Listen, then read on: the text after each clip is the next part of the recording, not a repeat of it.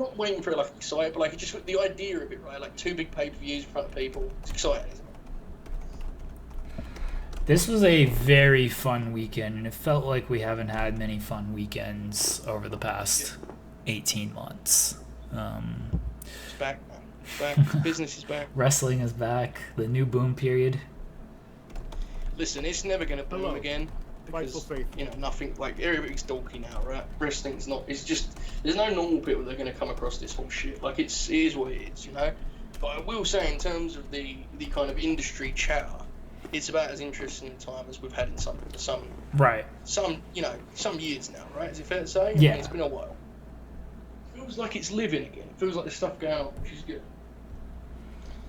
There was a while there where it was just like, listen, you can enjoy this other stuff, but WWE are going to sign everyone, and then, like, you're going to have to enjoy their NXT run while it lasts.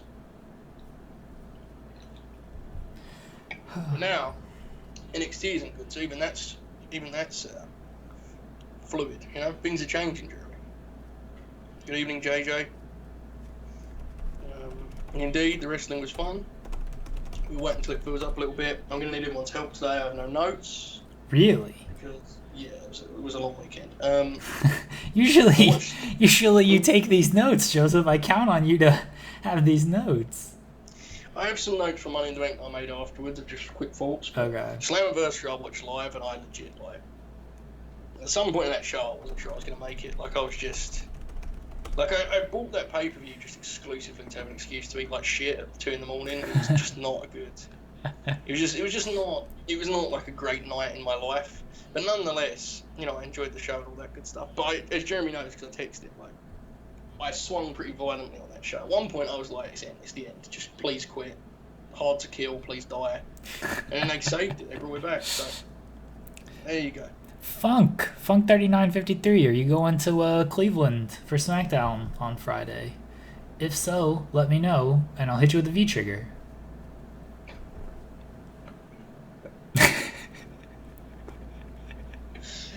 There you go. I think that's supposed to be like an appealing request or invite. I don't know. Okay. I should probably get the card up for this Slammiversary, shouldn't I? Yeah, it might help. I don't know what happened on this show. This show happened a long time ago. In wrestling hours, this was like hundreds of hours ago. Okay. Yes, indeed, Reese, it was. But I was already struggling. Third man, I really don't get. John Cena's gonna be there. That's all I give a shit about for the Cleveland show. That's all I care about. Yeah. Whatever else happens, whatever. Bianca and Carmella, they can do that rematch in Miami. If Sasha shows up in Miami, which is what I expect, which is kind of lame, but long as I get my man John Cena there, it's all good. One moment _ A, resubscribing, 3 months. Appreciate you, man. No comments? You have a comment? You can say it. I'll say hi. Sean Burby, what up? A lot of fun, a lot of good dudes in the chat. Sam, I'm V-triggering everybody, including Kate's dog. You know that discussion about what you're going to get in Cleveland? Yeah. I mean, on a WWE TV, it's like, you're going to get a lot of segments that aren't really for you as the live crowd anyway. Right. And all you can really hope is you get like some good TV matches. And even if, you know, a couple guys are in Miami, it's like, that roster's as such, they can get you some sort of good action, right? Like, just imagine, Jeremy, they give you, like, Gable Cesaro 12 minutes. It's like, good. It's not a terrible night, is it? No. You know, it's worthwhile. Yeah. That's my attitude. But anyway, and I get it. You guys are Drew, 7 months, my goodness. Many more, he says. That seems like something you shouldn't admit publicly, but I appreciate it, Drew. Good power of the show. We have 143 subscribers. Wasn't it last week I was like, hey, it'd be cool if we could like hit 100. I mean, then Burby comes in here on Tuesday, or Friday. It's Friday. Jesus, where'd the time go? Come here on Friday and gives like 25 subs, so that helped. But my God, you guys are all crazy. 143 people subscribe to this nonsense. Wrestling's back, man. It is. You know, I'm going to say this now, Jeremy. And I'm going to get myself in trouble because I don't have enough self-awareness and people get upset. But here's the truth. One day, the people that are in this chat right now will look back on these times in the business. And not only will they remember John Cena, and not only will they remember, you know, Ethan Page being killed in a coffin. They're going to remember coming to us two dipshits to listen to us talk about it. You know that? You know we're the soundtrack to some of this shit for people? Do you guys know how cool that is? Seriously. Seriously. We didn't think about it at all. At all. Not even a little bit. And it's like, we've actually managed to sort of fall into, not a boom period, we're smarter than that, but like, industry-wise, man, does it feel hot right now. It's just fun. It's exciting. Man. It's good times. Silly Soccer Saturdays has sent 100 bits, said wrestling rules again, all hail, and that has started a hype train. Should I get hype, Joseph? We have an interview with Mojo Rawley, like a bunch of shit coming from it this week. Should we get like Mojo Rawley hype on this thing? I like Mojo. It's good. Seems like a good dude. He's gonna go somewhere and be really weird. Just be really weird. I mean that. Like, you seen those videos he does with Alexa? No. This sounds. Oh. No, it's not nothing crass. Like, he's just weird. Like, she'll be there, and he'll be, like, over her shoulder like a horror movie character. He's fucking weirdo. He's great. He's going to do this shit in Impact for summer. It's going to rule. I didn't interview him. Sean interviewed him weeks ago, and it's just dropping this week. Said that Bill's Mafia. There is a story about Gronk. It's not just like, hey, what about Gronk? It's actually like seemingly a story he's never told before, so that's good. JJ with the bits says hype for John Cena, 4 a.m. and he popped very hard. Silly Soccer Saturday says some more bits for the hype train. Guys, get your bits in. Subscribe if you don't have a subscription. What's wrong with you? I'm gonna fucking V-trigger you if you don't have a subscription and you're in the chat. John Cena being back. I popped. I was singing the song. The EP was getting very mad at me. She's like, what? I don't understand any of these lyrics. That's when she tweeted about our review from many moons ago. I was like, it's art. It's art, you know? Like, these lyrics are just, you got to appreciate them on a different level. We'll cross that bridge when we come to it. Okay, should we get into this thing? We can get into it, yes. Sure. It's going to be a long show, I feel. Yeah, I think it is going to be a long show, and I have many, many more work to do, so... Okay, so guys, here's the situation. If you just got here, I have no notes because I tried to enjoy myself this weekend. I nearly had a heart attack during Slammiversary, and I watched this Money in the Bank thing after about an hour of sleep. I was not taking notes on professional wrestling in that state. But nonetheless, I intend to talk generally. I think Impact, particularly, Jeremy, you and I should really lock in on the idea of Impact this past weekend. And what it represented for the promotion and their place in the industry. I think that's a conversation worth having. But for the sake of credit to all the people that were out there working. Sean has gifted another one. Look at this. To Sergio.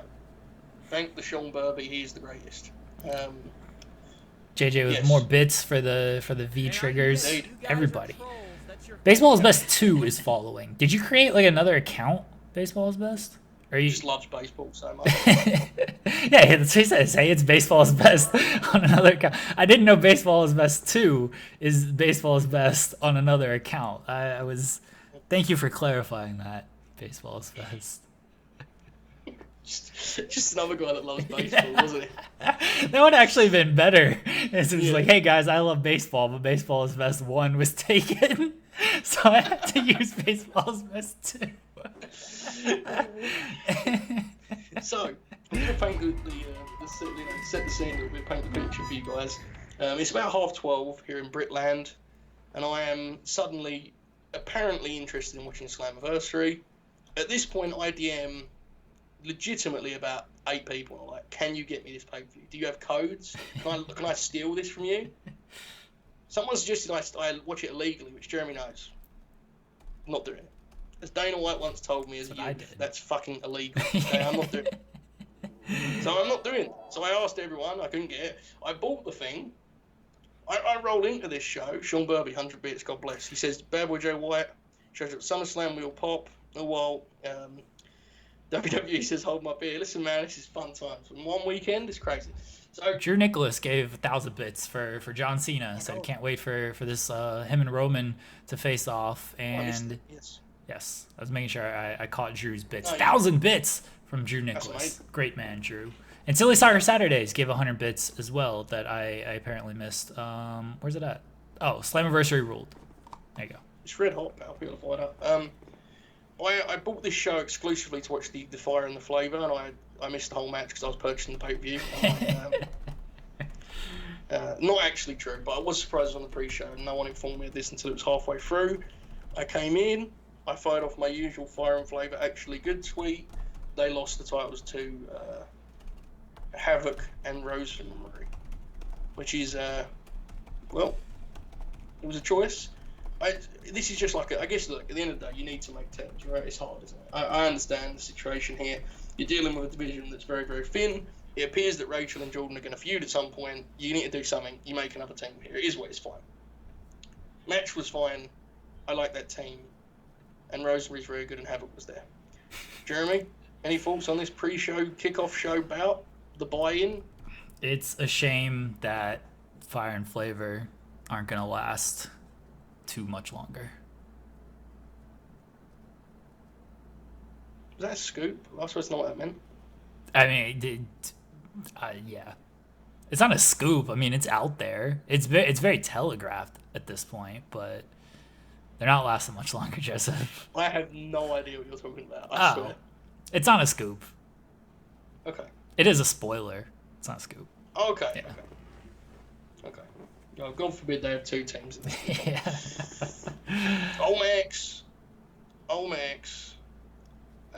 This feels like a match that people will have in as their like year ender. Not really my thing, but you know, at the end of the day, it's a 6-man Olmex match in which 5 of the guys seemingly just watch these matches as youngsters and thought about all these crazy things they could do in Olmex. And they just did all of them. I mean, God bless them. Some of it, look, it doesn't make a lot of sense. Some of it, really, frankly, who gives a shit? It's exciting. They killed it. All that good stuff. These guys all need to, and by all I mean, Josh, Ace, Bay, and Trey all need to go up. And, you know, I don't say that lightly. I think there's a lot to be said for the X division. I think all of these guys take pride in it. But if we're being honest, it's, you know, I think it's time for these guys to be in the main event scene. They're all great. The match was cool. I like that, you know, Rohit had he had to take difference in the match and got him over in his own way. And you had Petey there as the legend and the veteran of the match. I loved the AJ finish being teased but not delivered. You know, where he jumps for the belt and they pulled it up. Oh, that was so good. That was so good. The only thing I wish they'd have just added like an extra spice or flavour on the actual finish itself. You know? Really? You know when they held it? Yeah. That was also then it was just like he just punched him and it was like it was so epic at that point. That almost felt like a you know, it didn't match the rest of the match. But you can't finish matches like it's too hard, right? You've done everything that way.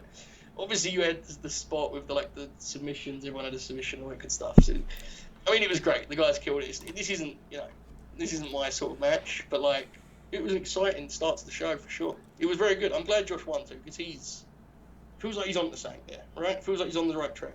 Because it's been so long since we've seen this match. I think the last one was 2 years ago, during WrestleMania weekend, and John Morrison had won it. I'm pretty sure that was the last. United We Stand, I think, was the last one.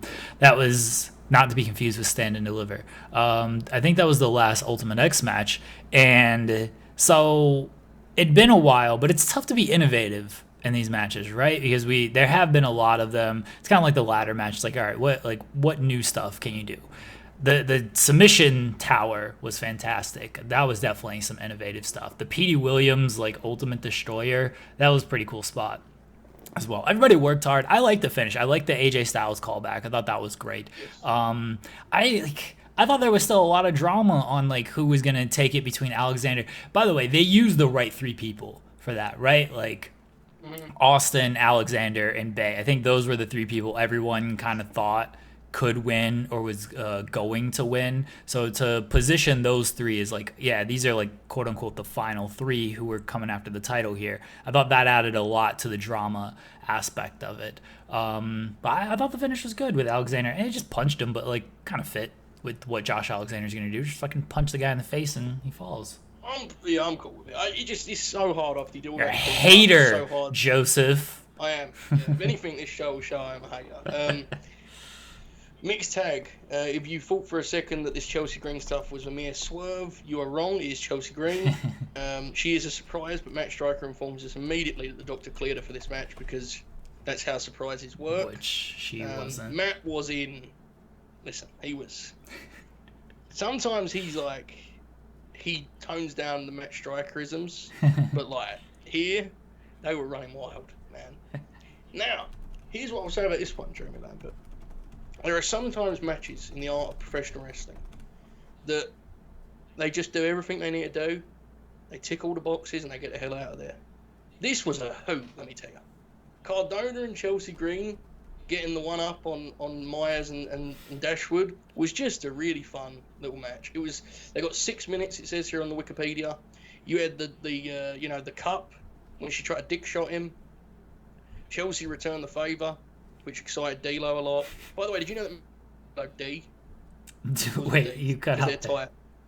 Huh? You cut out there. What was that? Striker, like he doesn't call him D'Lo because they're such good friends, so he calls him D. That's fair. It's really tight. They have great chemistry, like guys at the bar. This was fun, man. It was well produced. I love me some Brian Myers. I love Brian Myers being shocked and like just disgusted that Chelsea Green would be at the show, like as though it wasn't obvious to him. I loved all of it. It was great. I have no issue with any of this. This was one of the most fun 6 minute mixed tag matches you will ever see in wrestling pay-per-view history.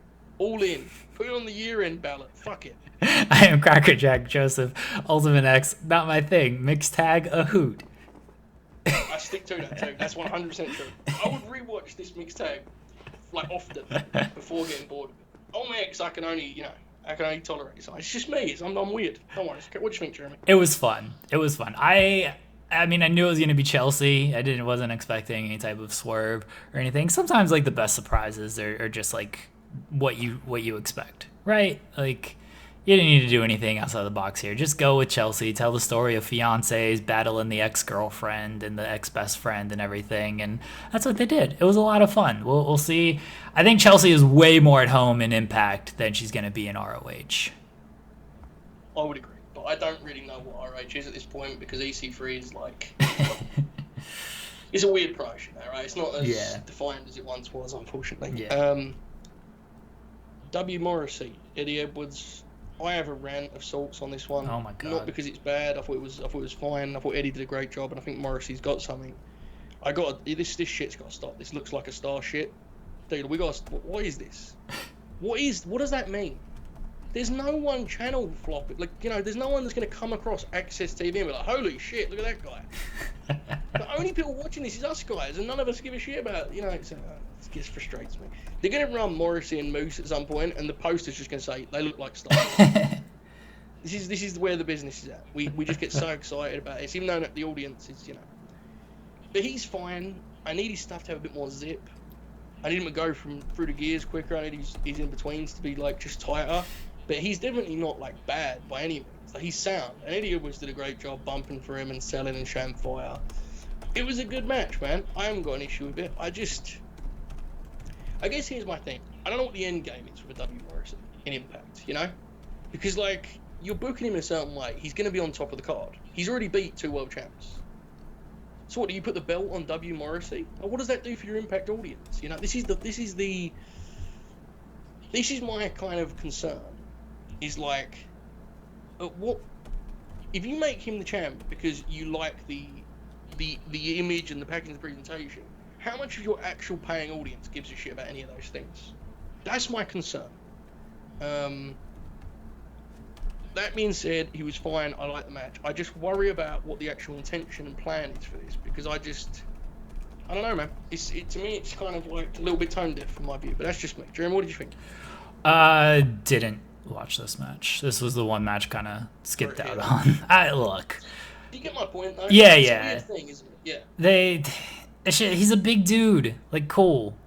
Yeah. Does he look any more like a star than Joe Doring? Like, Yeah, and this is the thing, and we're going to get to Moose in a little bit. The beauty of Moose is he certainly ticks that box. If you send him to a news channel, he looks like a big wrestler guy. But he can have those modern main events, right? He can have those kind of like awesome moonsault, fucking flip here, flip there. With Morrissey, it's like you're doing something that I feel like is actively against the hardcore on a product that has no casual. And listen, guys, I need to stress this. The casual fan is certainly a mythology that's overstated in wrestling, but there's levels to fandom. And like, these pay-per-views, like the people that are buying these, I don't think Morrissey's the route to go on top, personally. And if he ain't on top, I don't know where you're going to put him, because he's just beat 2 former world champs pretty flat. So we shall see. He did cheat in this one, it's worth saying. But nonetheless, there's that. Okay. I also like Steve Macklin's look a lot more too, because he just has that kind of beefy athlete look. Whereas Morrissey, there's some, anyway, up next. By the way, at some point on this show, the Drama King. That's what he's going by, right? The Drama King? Yeah. He had a vignette. Talented guy, I've rooting for him. Obviously not one that sort of Jeremy was rushing to his computer for on the old hot news feed. It is what it is. Anyway. I did have to write an article about that. You have to write one regardless, but I'm saying it wasn't like this, quickly, hot on the presses. The Madman Fulton and the Shearer, they wanted to fight people, and I thought AOP were coming out, and instead it was Finn Juice, which made Finn Juice a lot less fun. I want to be clear to anyone that's watching this at home that if in some way in your life 2 men that look like Madman Fulton and Mahabali Shearer want to fight, I would strongly suggest that you not try to fight them. Finn Juice, however, fared pretty well. They won this one in a minute. Yeah. Which was a choice. I really people just like seeing Finn Juice, and again, you're trying to do stuff to make this, you try to give them bang for their buck, basically. And I think that's fine. People like Finn Juice. Their music is hilarious. And they won. Jeremy, how excited were you for Finn Juice? Did you start singing their song? I don't know their song. It sounds like, if I said to you, imagine a Finn Juice thing, it sounds exactly like that.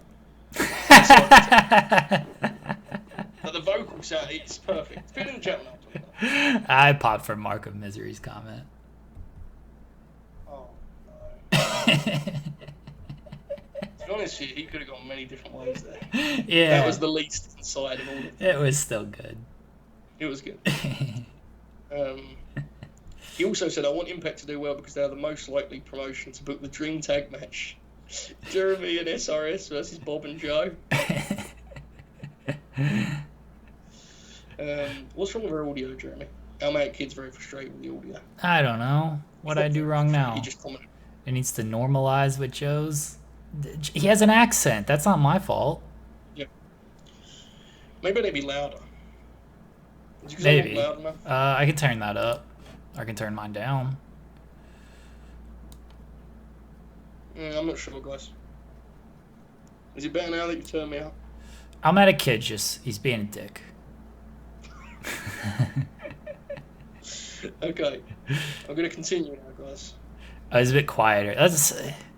I've turned you up as much as I can, Joseph. I can turn myself down, I guess. Say something, Joseph. Al Horford. Yeah, I guess it's still low. I'll turn me down. Joseph, turn your mic up. How about that? God, now you're asking me to get technical.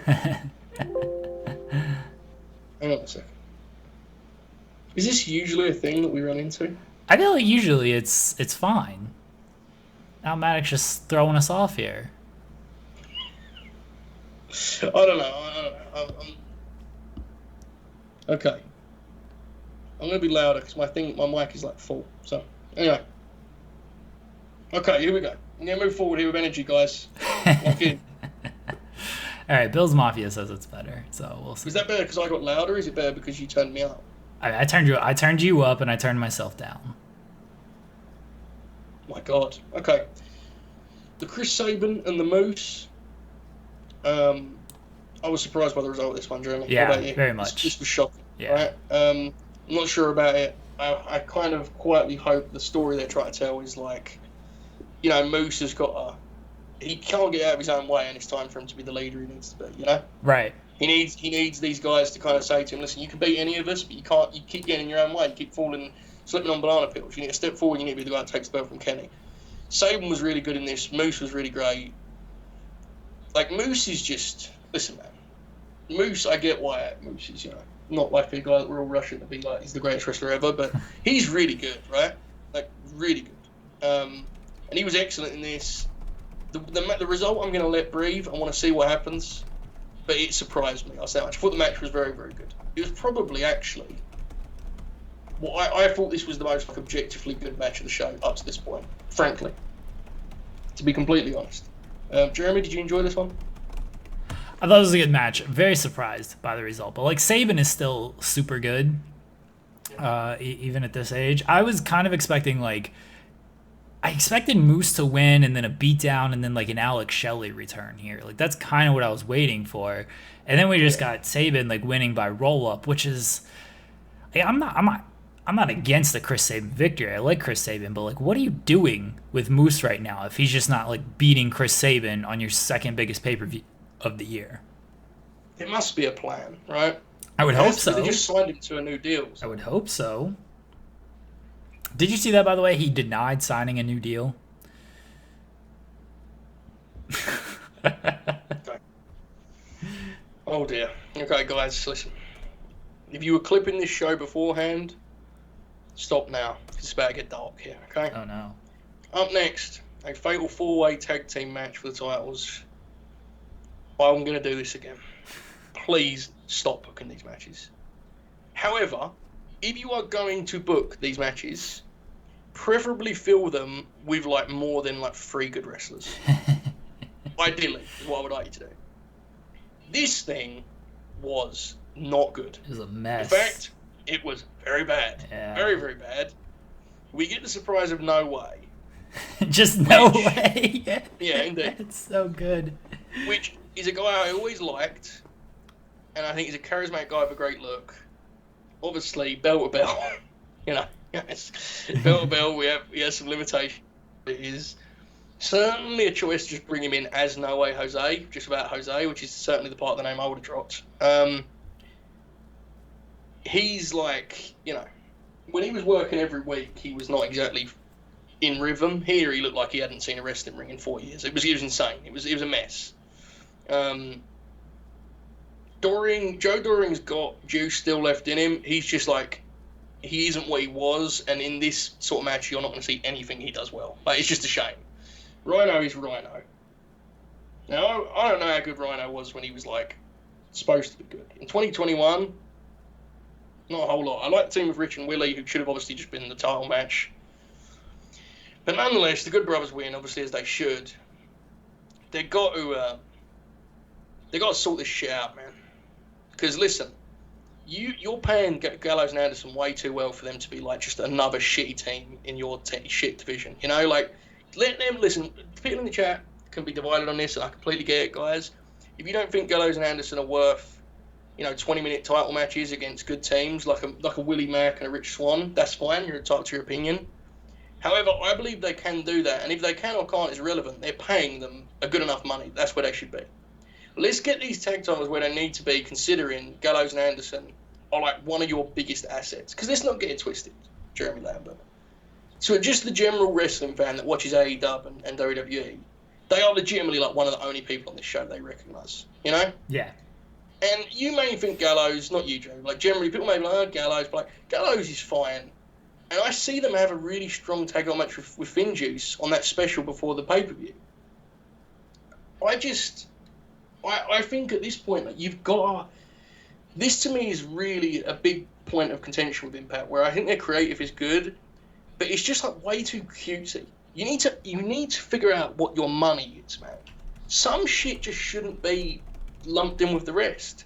And when you position the Good Brothers in this way, and they roll out the ring like, oh, we stole one against Falabara and No Way Jose, what you're doing is you're not bringing anyone up to their level, you're bringing them down to yours. And that's wasting an asset you're paying way too well to be wasting. That's my genuine take. I think there's a lot to offer with the Good Brothers. But obviously, Machine Gun as a singles is saying I think they could explore more too. Whatever you're doing, it's just, you got to try better. Because I can still, look, even I said it then, you could still have done Swan and Mac versus the Good Brothers if the belt's positioned better. And, like, that could be a good 15-minute match, These multi-team matches do nothing for anyone, dude. And this one was, like, a bad example of it. But that's just my take. They're a year into a 2-year deal. And to me, it's like, they're your biggest, like, actually contracted stars. You probably shouldn't have them in this spot. Because this made them look worse than you should be wanting them to look. Like, it's not good, but in the same week, AEW featured Carl the way they did. That's what I would say. This match wasn't good. It was all over the place. Their tag division Like, if this is their best of the tag division, their tag division sucks, right? Like, I like Violent by Design. I thought they should have had, like, a halfway decent run. Like, No Way being a surprise, just, you know. Right. After, it's hard. Yeah. It's hard. Like, he was released April last year. And I mean, just, he didn't have any hype behind him or anything. He's one of those just, like, prelim guys. And they gave him the same gimmick. It's not like they're even trying anything new with him. It's just like, oh, here's just No Way Jose doing No Way Jose. Like, the fans will enjoy it and stuff. Like, it's fine. You need these guys on the roster, but at the same time, like, Impact, like, has these guys on the roster. Like, just look at, like, a Swingers Palace gimmick. Like, they've got plenty of these guys on the roster. Like, I like Swan and Mac. I can't tell you one thing they did in this match. Like, they didn't stand out at all in this match. And yeah, like, Gallows and Anderson won, which is cool, but to win in this match, it felt very meaningless, and I don't know who they're facing after this. Maybe it honestly might just be a New Japan team, because that's what they like to do, or an AEW team at this point, because their actual tag division sucks. It's a shame. It's a real case of needing someone to be, like, direct and just saying, okay, look, whoever it is, Jimmy Jacobs, whoever, you can write all of this cool shit for Swinger where you do, like, fun comedy and you know, goof around, but, like, we need to keep some guys as, like, big money players, you know? And are Gallows and Anderson, you know, the Dudleys circa 2005? No, because they have good matches. No, I'm joking. No, I'm kidding. But they're not that. But in this roster, they are the big fish. Just minimising them does nothing for anyone. That's all. You know, my take. This is not.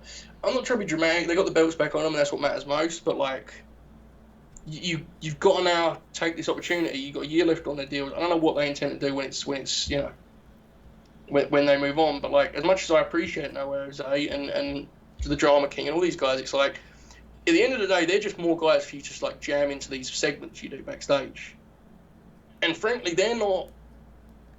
I mean, they're cool. They're good TV. They're not getting it done, man. You got to go big picture sometimes, you know.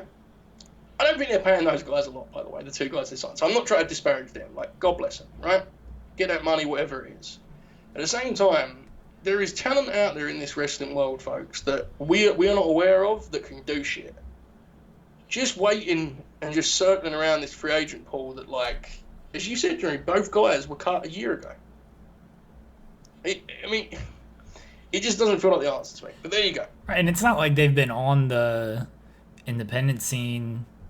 I mean, I realize the independent scene wasn't what it was because of the pandemic, but they haven't. Know the deal. Yeah. Right, like, they haven't kept their name.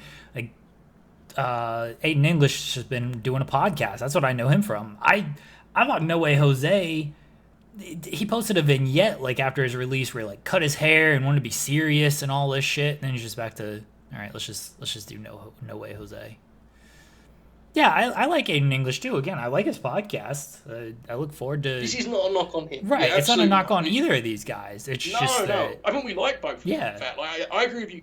Dude, No Way Jose is a great live act. This is not me taking shots. It's me looking at recruitment and saying, okay, look, you can either go with an established name or a fresh talent.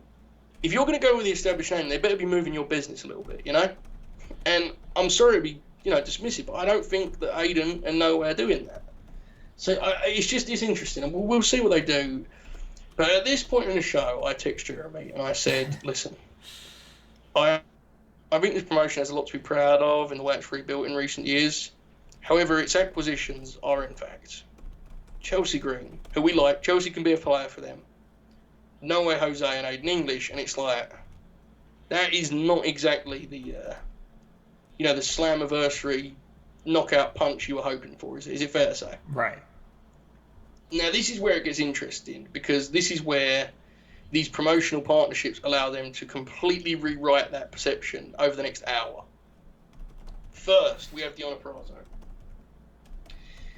And the surprise is Thunder Rosa, and she gets a huge pop. And if you bought this show, you popped for Thunder Rosa, right? This was an awesome moment. Yeah. The match itself is good. It wasn't what they could obviously, could do. Because that wasn't what they were shooting for, like an epic. They just wanted to have a good wrestling match. And they had one. It gives this show a genuine surprise of significance. And then you get Mickey too in what I thought was a really good little segment. Dude, Mickey's one of those pro wrestlers. This is such a cliche, so I apologize, but like, she just gets it, right? Like, she's just good at pro wrestling, Mickey. Like, whatever role you fit her in, whether she's the returning legend or this kind of bitchy veteran, she's just good. She gets over and she gets her point across. And she was tremendous here in this little snapshot of a segment. Her and Diona Rossi are going to wrestle at some point. I know that she said she's not wrestling on, what's the show called, Jeremy? Empower? Yeah, she's not wrestling on that, right? So, that we know of. So, whatever it is, that was a real, they packed a punch with that for sure, because they got a surprise you didn't see coming, and they also give you Mickey, which we kind of expected quietly, right? So yeah, everyone was predicting Mickey to be in this spot.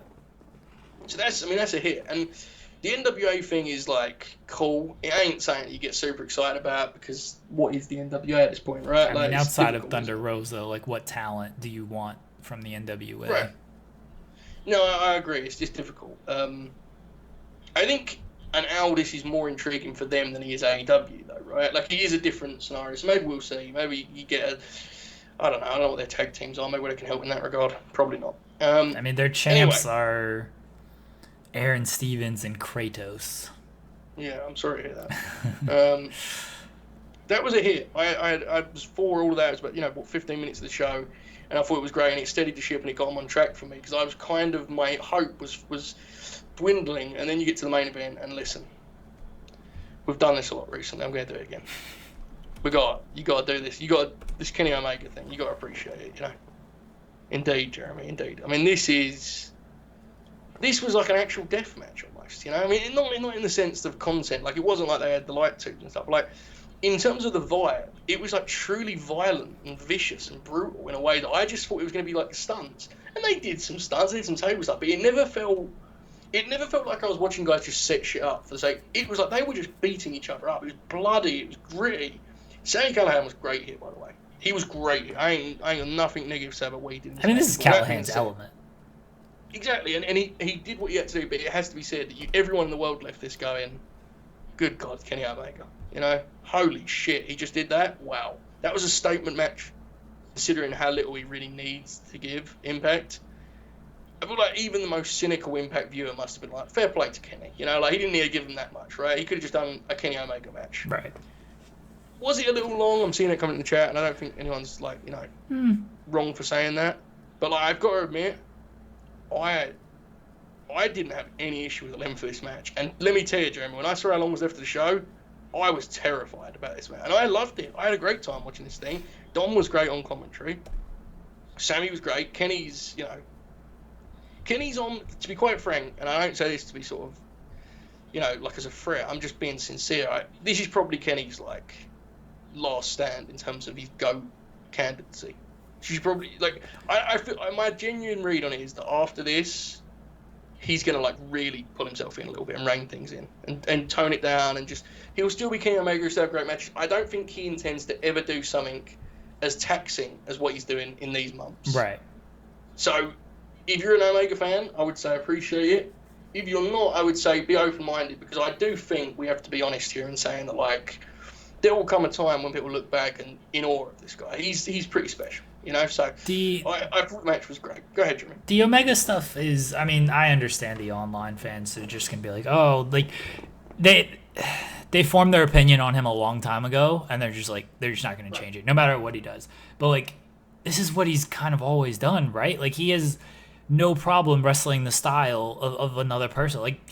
Go back to the Lights Out match against Moxley. Omega did not need to do that. That match pretty much showed, hey, this guy, he can do this kind of, deathmatch style, and he can do it well and have a great match. And the barbed wire explosion match, kind of the same thing. It's he doesn't need to do this, but he can do it very well. And this was on a different level from the Lights Out match against Moxley, I thought. And these matches are not my cup of tea at all. And even when they're done right, both of these matches were, it's still something where it's not I'm definitely going to go back and just rewatch this and everything. I don't rewatch anything over 17 minutes anyway. But both, that match was very good, and this match was excellent. So Yeah, dude. Omega, look, you can continue to knock him. V-trigger the fuck out of you if you don't get under and start appreciating my guy, Kenny Omega. That was the whole statement. Listen, you can knock him, but I'm going to V-trigger the fuck. You can. You're getting V-triggered if you knock him. Yes, look, man, I'm with it. Like, he's excellent. Like he's great. He's excellent. He can do it all. Exactly. And like, you can think he's dorky. I certainly do, and I think Jeremy's with me on that. But like, in terms of business, like, he's a bigger draw than a lot of guys that people pretend are cool in wrestling. Like, let's be real, mate. Like, people actually like pay money to see Kenny. Consistently have done this now for years. First, it was always just Japan, and it's like, no, man, like, he's kind of a big deal. We should probably accept it and move on.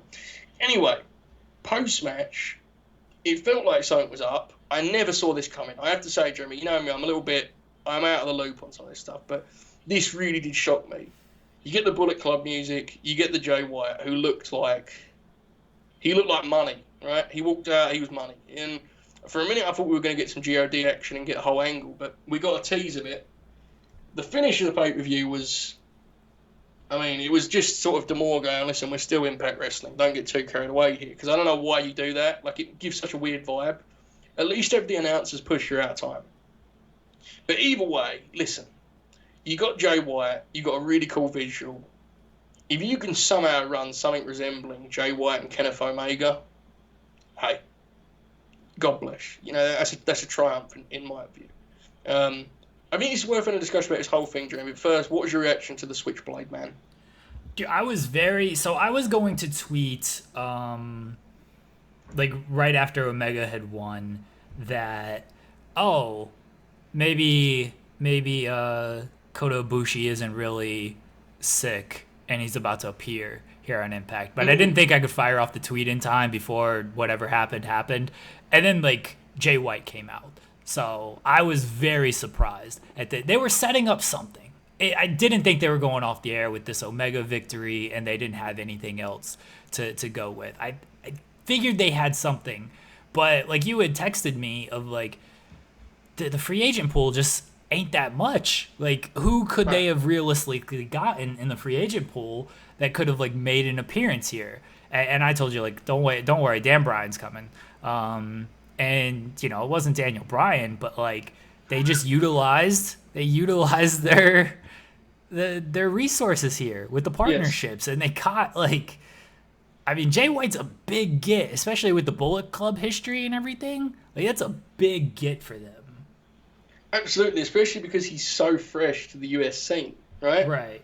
Like, this is a guy who I think everyone, as great as he is for New Japan and as much money as he's making there, it does feel like we all kind of assume at some point he's going to be a world champion for a major American promotion. It feels that way to me.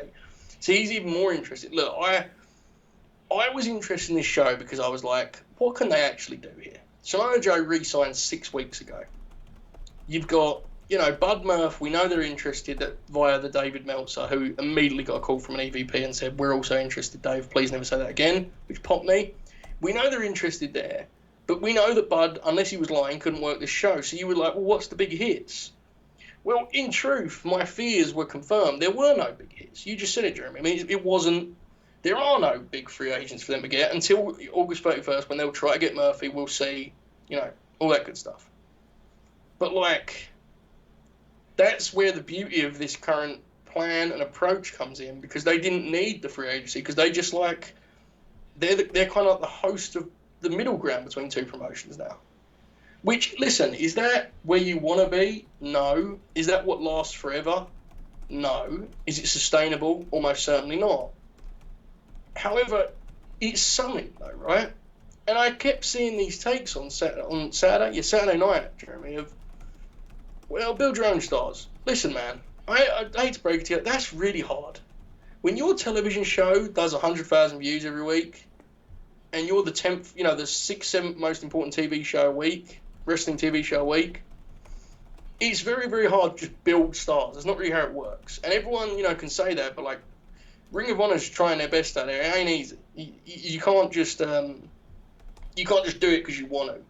What this is doing right now is it's giving them relevance, and it's giving them a chance to be a player again. I tweeted this on Saturday, I'm going to reiterate here. There is no winning this game for Impact Wrestling. Okay? At TNA's height, they were never going to win. At this point, victory in terms of true competition is just not...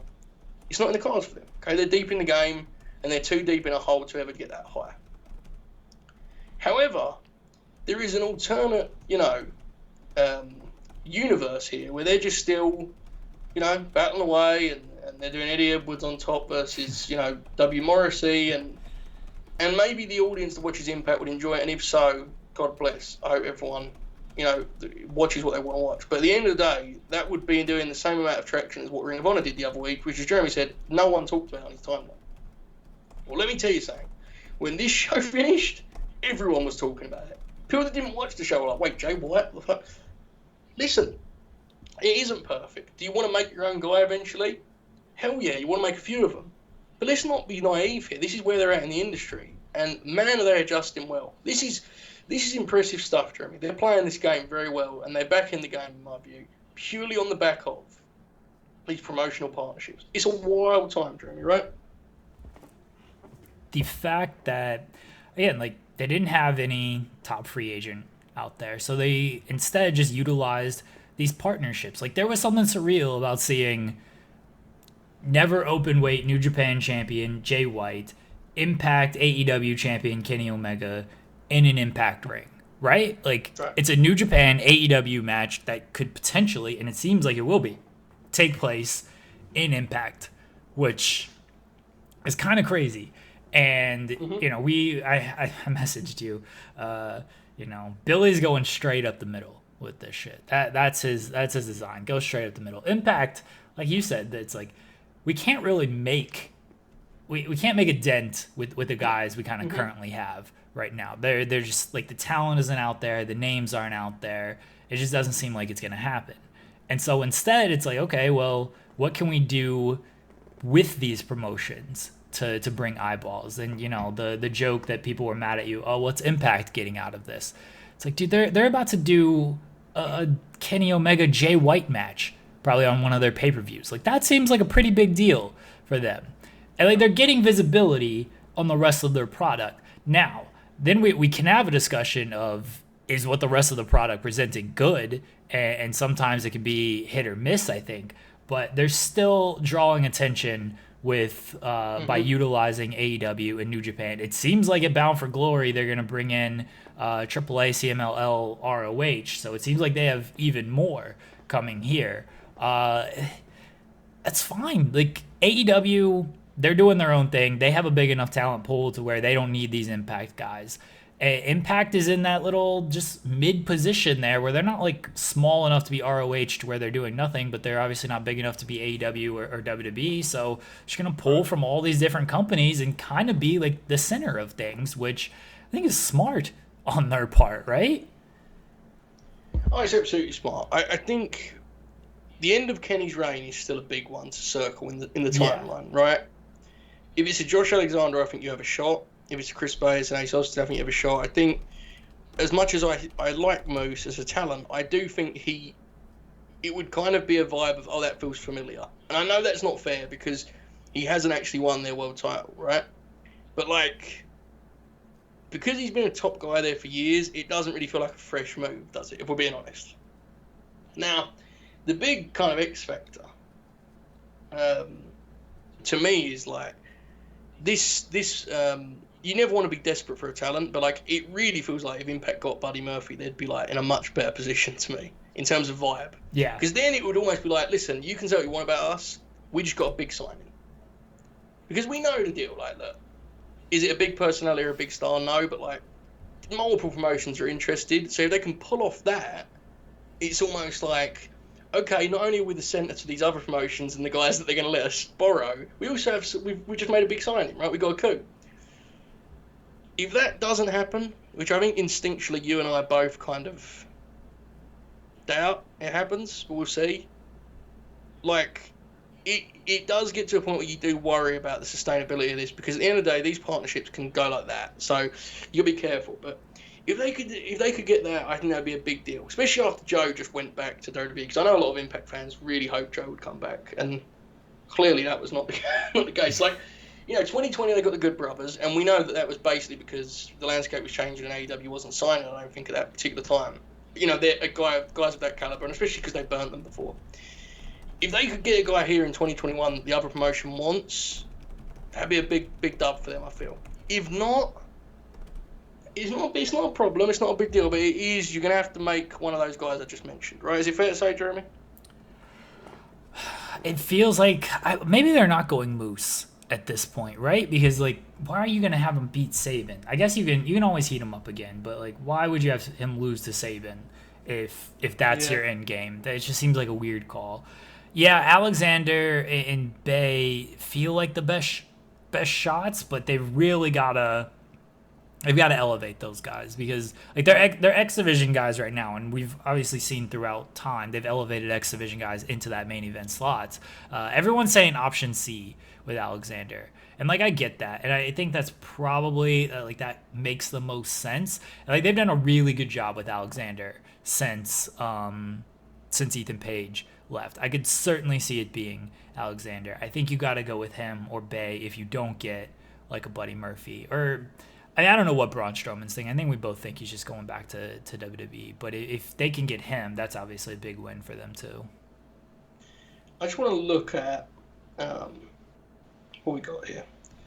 Going to Fightful's very helpful contract expiration page, which is always fun. And I'm here to inform you all that Josh Alexander, according to our website, is out of contract in February 2022. Something to watch in this whole story, I feel. It's not that far away, guys. Not that far away. So, it's just something to watch, but I think Josh would be great. I'd be happy for him. Anyway, what's the deal with Bo Dallas? Kate asks. I don't know, Kate. You're the scoops. Do you tell us? No, I don't know. I like Bo too. Unfortunately, when guys get put with certain gimmicks, it is very, very hard for promoters to see a, clean slate with them. I mean, we literally just saw this with the No Way Jose. Yeah, it's just hard. And it's not because he's not talented, it's just like he's now being like that guy for so long, like the job guy that just is a goof. It's very difficult. Money in the Bank, Jeremy. You ready to talk about this? Do you want to put a bow on that Slammiversary? We covered that in pretty good enough detail, right? It was a good show. I wasn't as high as some of you guys. Like, so I have to be honest. I'm going to be really honest, Jeremy, okay? I mean, to get me in trouble, but it's the truth. I didn't think it was better than Money in the Bank. Really? Personally. I thought Money in the Bank was a vibe. I was all in. I agree. You're about to realise why. Like, I'm about to say something on this Money in the Bank review that's going to make people, like, just shit their pants. They would not ever believe what I'm about to say. So, partly I watched it in a better state. But, like, it was a very good pay-per-view. I get why someone would be higher on it. It was a win for Impact is the point here, right? Which I think we covered in pretty good detail. Yeah. It was a triumph, and they needed that. So, hopefully they can build on it, basically. Right? Did we cover everything with the Impact? I feel like we did. Good. Okay. The Money in the Bank. By the way, guys, I'm not watching these pre-shows anymore, man. Listen, I get it. I'm an Usos fan, but, like, firstly, that's weird. I don't want to get into that, but it's weird. And, like, when I see it's 3 hours and 20 minutes, like, that's fine. I can watch that, Like, I feel like do I lose my card as a fan at that point if I just watch 3 hours and 20 minutes of professional wrestling? Do I have to watch the pre-show too, Jeremy? What do you think? I wish these shows would start at 7 again, and I wish none of them would go over 3 hours. This is very fair. 7's midnight here, and that's just so much better than 1, which feels infinitely more daunting, because when it's midnight, the pre-show's 11, right? So it's like the night's still young, Jeremy. Yeah. Get some food in, you can have a great time. Anyway, I have noticed there are a lot of kids in these crowds, Jeremy. And this is not me setting up some sort of bit where you talk about wanting to see kids like get punched in the face or whatever. I want to say sincerely that's very, very cool. Like I sense when I hear that pop and I hear the noise on certain stuff. Listen, you might think it's sweet and I don't give a shit. I'm just telling you what my read on it is. It reminds me of those old WWF crowds where the kids would scream on shit, It's fun. It's good to see that kids still like wrestling. I'm happy to hear this. And they seem like they're excited to be back at the shows. We begin with the women's Money in the Bank match, and here is where everyone is going to absolutely lose their shit, because apparently this match was, like, widely considered to be the worst Money in the Bank match ever. Jeremy Lambert thought it was fine. Had no issue with this match, really. I think my reasoning for this was, number one, I was in an absurdly good mood, which is the most important thing.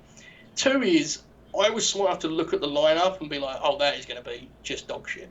And I didn't think it was dog shit, so I was impressed that it was better than I thought it would be. I will hit the notes here, but firstly, Jeremy, how upset are you at me for not hating the women's Money in the Bank match? I thought it was rough in some areas. Like, oh, it was. Yeah, it definitely was. Yeah. I didn't think it was like horrible or anything. I was surprised it just kind of it played out the way it did. I think we all thought like, there's no way they're going with this lineup. Right. Like, they got to do something here, and they didn't. They just went out with this lineup. So that was a little bit surprising, but it was fine. Some of it wasn't the worst ever. I don't know. I can't remember the Money in the Bank last year matches to tell you if it was better or worse than those two. Last year was actually the gimmick at the Titan Towers. That was actually fun. It was fine. It was weird. I was hoping Alexa was gonna win with the bringing down the briefcase. Then she got buried under ladders and for some reason just couldn't get from underneath them. We need to talk about this Alexa thing. Okay. Because listen, guys, I'm not here to tell you this stuff is good, because I'm not. It's just not. I'm not going to pretend, you know. But like, seriously, dude, Alexa Bliss is like just infinitely. She's just popular, right? Like, she's never going to come out to nothing but like, she always will get some sort of reaction. Sometimes it is heated rage online. But in front of live crowds, she is consistently accepted. The only time they didn't react to Alexa in this match was when she would try to do the magic stuff. Which obviously people were fully aware was like sucked. But like, you mentioned the burial spot. And it's like, did you hear the crowd's reaction to that spot? Like, genuinely, did you hear the people on that spot? No, I didn't. No, I had my sound down because I was on the watch along. Okay. I swear, if the chat tells me I'm wrong on this, I'm wrong.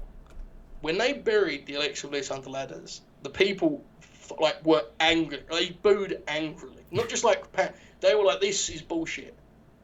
I don't know, man. Like, this is a good example of the stuff we talk about a lot, where it's like, what do any of us know? Because I kind of thought this gimmick was a lamb to the slaughter, and in Alexa's hands, it's apparently just like a money-making merchandise thing that she's over. I don't know, Jeremy. What do you want me to do? And here's the other thing. If many marks in this business watch Kazuchika Okada and steal his offense, the Alexa Bliss saw the removal of the gear, big pop, stole it. That's where you make money in this industry. But nonetheless, there is one counterpoint to this. Nikki Cross, Nikki almost superhero, infinitely less over, came out to dead silence, which I would suggest is not ideal as a superhero that is now Miss Money in the Bank. But I am, as they say, Jeremy, simply built different. If this match was produced as Jack Crosby suggested and they waited to hear the audience's reaction, when Nikki came out, the referee would have gone, Nikki, you can go to the back. Nothing here for you. But, you know, it is what it is. Everyone expected to be as over, though. I will say this match reminded me of how many, like, they still have Raw, and they've lost one of them today, by all accounts, but Raw still has, like, these tools, right? Like, Asuka and Naomi and Alexa will always come out and be received well. They've lost Naomi today from what I can gather. Like, no matter what you do with Asuka, no matter what you do with Alexa, and they try, they've done everything they can in different ways, not even intending to, right? Like, they just do what they do. People like them, they react. They've still got a lot to play with on that show. So there you go. Northwood in the chat says it. You already answered this at the start. The kids just love that Alexa stuff. But I will say that, like, if they love the Alexa stuff, you'd think they'd kind of love the Nikki stuff too, because like that's right up their alley too. She just gets over. Yeah, it really is that just like Alexa she gets over, like whether it's the the older fan base for reasons or the younger fan base for different reasons. Like she definitely she gets over. Yeah, and by the way, it's worth noting, Liv Morgan, very much someone that like they've got something with. She's another person that connects. Even when she was given nothing in the Riot Squad, you got the sense online that like she had connected with people and she'd got over in some way. Now that she's getting the TV time over the last couple of months to actually do something with it, this place reacted great to her. So, and Naomi obviously always is that way. Quick couple notes on the match. Natty's like playing defense thing, like she's Matumbo, was hilarious. Michael Cole just kept saying like she's playing defense. She was trying to lead this thing, but like I don't know, man. You know, like it's like having. I'm not gonna say that'd be mean, but like it's one thing to leave. Like if it's no good, the stuff she's doing, it doesn't really help anyone. To me, and bless her console, she's in there. Technically, this Zach was really Levine's rough. trying with the Bulls. Yeah, that's too far. That's harsh on Zach. But listen, it's technically this was rough, but I'll be honest, I just didn't expect anymore, so I wasn't offended by it because a lot of these women just aren't. They're not built in a way where they're going to have these really tight exchanges. I thought it was produced pretty well in the sense they protected everyone and didn't ask them to do stuff that's like outrageous. I really did. I saw somebody saying this was a mess and structural, and I was like, what did you want them to do out there? I just didn't see. I didn't see a talent pool that could do these crazy things. But anyway, Joseph, before we move on, we have to talk about like Nikki actually winning because we're getting there. Okay. I've been informed this is what you were talking about on Twitter. I didn't know at first, but we're good. I'm sorry. I just wanted to hit this that point. The finish before we get to who won it, which we can talk about, but like. The finish sucked, right? Like what? Like made everyone like complete idiots. Like for Alexa to be under 10 ladders and look like the only like logical one is a feat, right? Like that's dumb enough in itself. They're just watching her, and they didn't even like work it as though they were like. They didn't sort of portray it as though they just didn't see her, right? Because they were all looking at her at different points. It was very bad.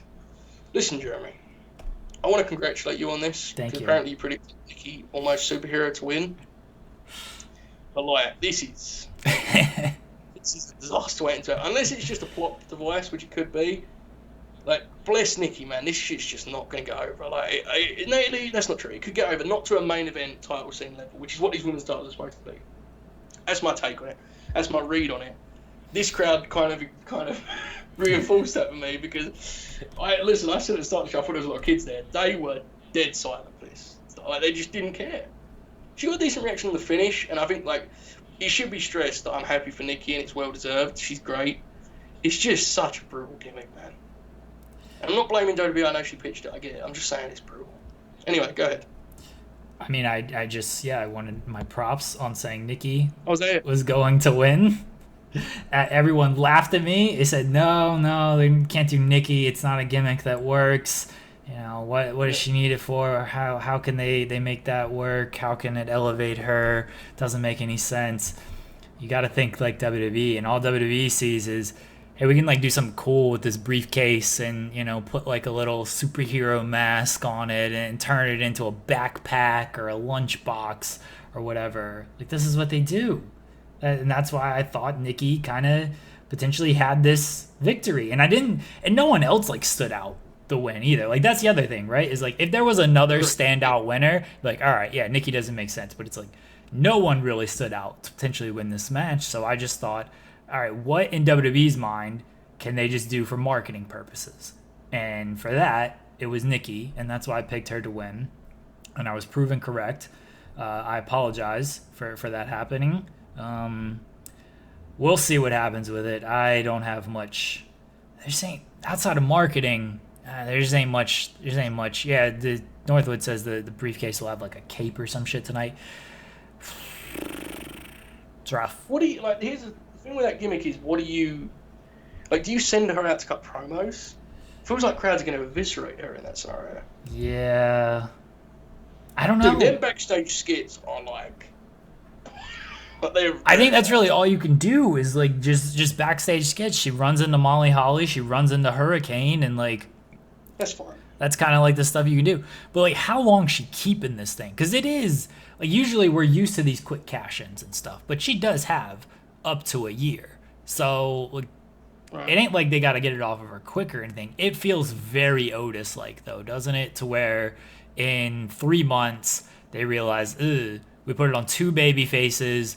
One of them is just like a comedy baby face who ain't working. The merchandise sales ain't that good. Or we've done all we could with the merchandise sales. Let's get this on a conniving heel who can use it.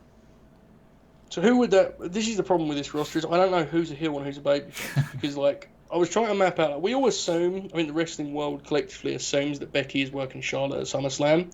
And we'll get to Charlotte's match later, obviously. Like, that's what everyone gets. So... Rhea? This is the thing, like, what other programs do you do? Like, so I guess Alexa's working with Eva Marie. Right? Eva? I mean... I ain't saying this is the best move either, but Dewdrop wins it from Nikki and just gives it to Eva. I could be wrong. Before I go any further, I'm gonna make sure that I'm correct on what I'm guessing here. But you know, you were just talking about the Nikki Cross like merchandise. Like, I know it's new, but I legitimately don't think they've got one piece of merchandise sold right now. Yeah, they've not got any. Like, they don't have any of the Nikki Ash stuff on the website? Not one piece. Not one piece. Seems bad. Interesting. Seems bad. Because that doesn't even mean like it's not sold and they've stopped. Like, they've just not started, which is very interesting. They're usually rapid on stuff like that. Yeah, they are. So I guess you've got Alexa and Eva. I guess Rhea could go after Nikki. They've done stuff before. Yeah, I don't know. Have Rhea and Nikki done stuff? In NXT? Yeah, because they did the whole thing with Charlotte. Remember where she would like last against Charlotte and Rhea? No, I wasn't. No. I wasn't watching Raw. Oh, no, was I? But I know they like did have a dynamic. I didn't know any of this. Or I completely just forgot about it either way. So the thing is, like, I get there's something like Alexa account about taking the briefcase, and it's like... Not with this gimmick, though, right? Like, she's a babyface. Yeah, like, that too. She's also a babyface. We've all got to accept it. Like, whether it makes sense to us or not only is she framed as a babyface, the crowd reacts to her like she's a babyface. I don't know, guys. But Kate says, honestly, even little Kate would have thought Alexa was cool and Nikki was lame. Yes. People don't realise what kids watch these days, man. Alexa is a gothic chick that like hypnotizes people and kills them with a DDT. Nikki is a superhero. You know? Anyway, let's move on. I can't believe how long I talk about match. Sorry, everyone. Okay. Tag team titles. The AJ Styles, the Omos against the I always forget their names. Viking War Machine, Raiders. whatever the hell. Viking Raiders, Joseph. You're ready to raid. What were they called in NXT?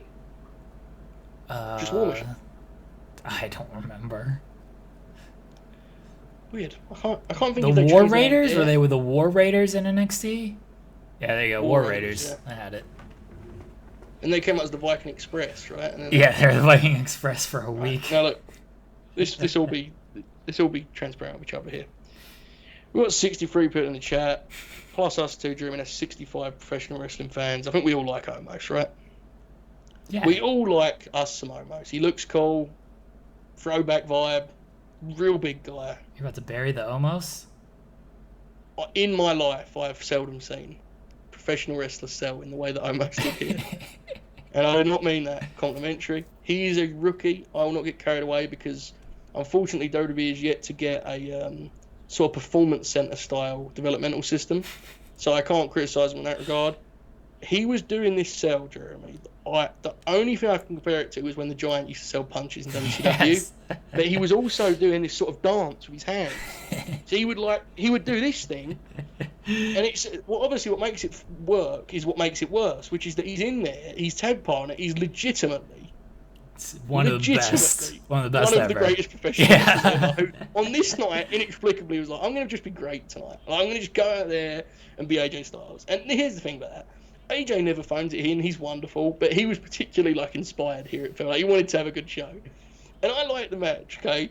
It was produced well, they tried their best. There was one spot that was really great where AJ was pinned and almost just pushed the, one of the Viking Raider men, and they fell on the other one to break the pin. That was a great spot.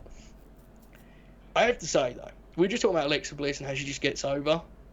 Listen, man, I'm not saying they've been helped by creative. It is staggering how little people give a shit about the Viking Raiders.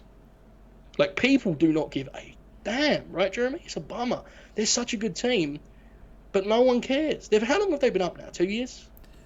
At least, I feel like. Yeah, and I know they missed time, but, like, let's not pretend that's... I mean, people, they came out here, Jeremy, like they were brand new. Like, they'd never, ever...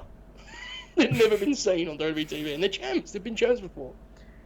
It was weird, but I like the match because I got to see a really shitty pro wrestler at this point in his life, and there's nothing wrong with it. There's no shame in it. Okay? No, we need more of that. We love that shit. Yeah, he's brand new, so nothing but love in my heart when I say an incredibly shitty wrestler team with one of the greatest wrestlers of his generation, or in history, in that matter. And they had a match with a good tag team, and it was like just the contrast when they were coming in and out, like. It was wild, man. Yeah, War Machine were definitely over in ROH and Cracker Jack. They were like not. I'll say this: they weren't like one of those teams where the people really had them in their hearts. They definitely felt like a top team. I just don't think I don't think everything fits, you know, and especially obviously like the way they do their TV, they're not they're not really made for that. But either way, I love the match for some of the wrong reasons, some of the right ones. AJ was great here, and if I get to see that cell again, I'll be happy. I'm content with that. Jeremy, what did you think?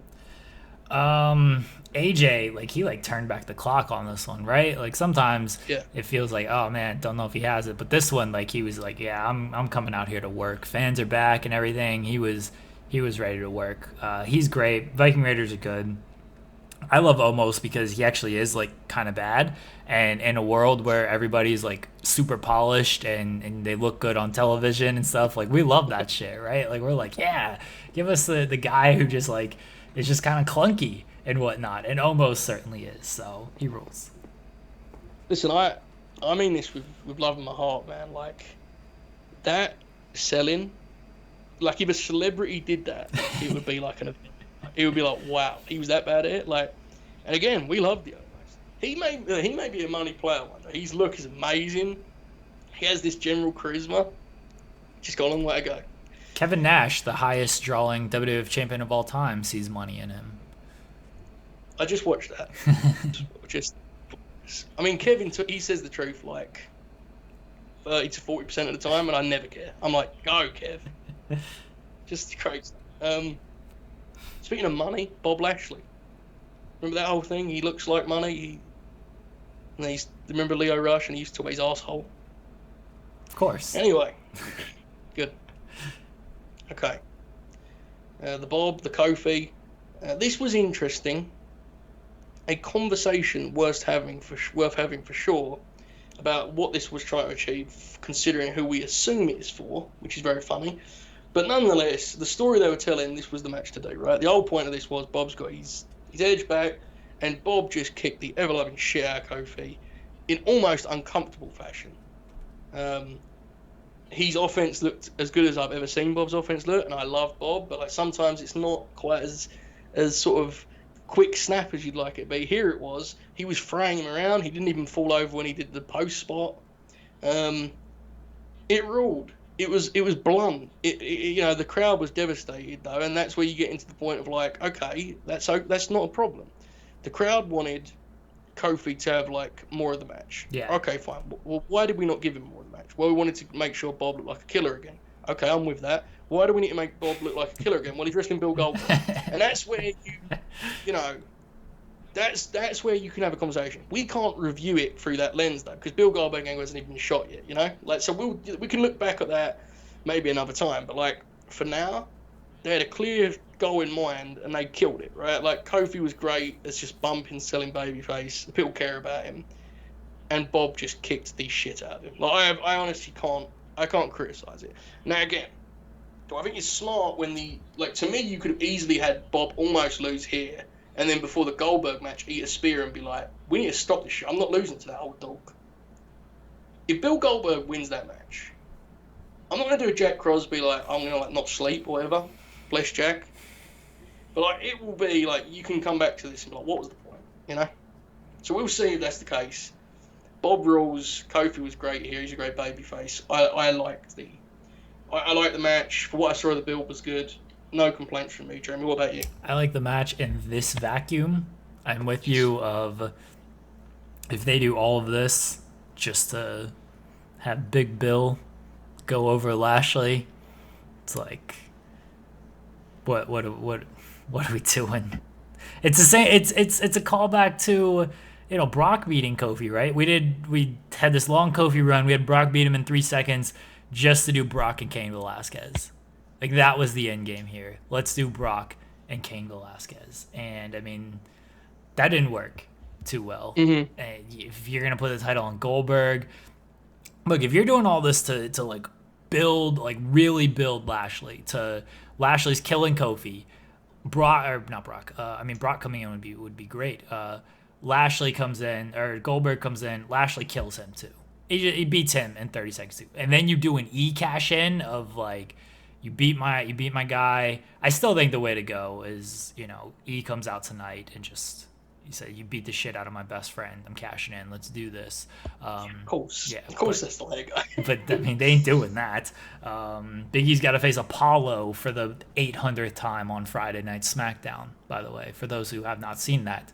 Big E and Apollo on SmackDown. Because, they're not saving rematches. They were only doing rematches in the Thunderdome. They were saving the good stuff for the fans. But if he kicks shit out of Goldberg, Lashley that is, and then E comes out like, you kicked the shit out of my best friend, you kicked the shit out of my childhood hero, now here I am to come kick the shit out of you. Like, I think that you can still do that. I think Goldberg's coming in and beating Lashley.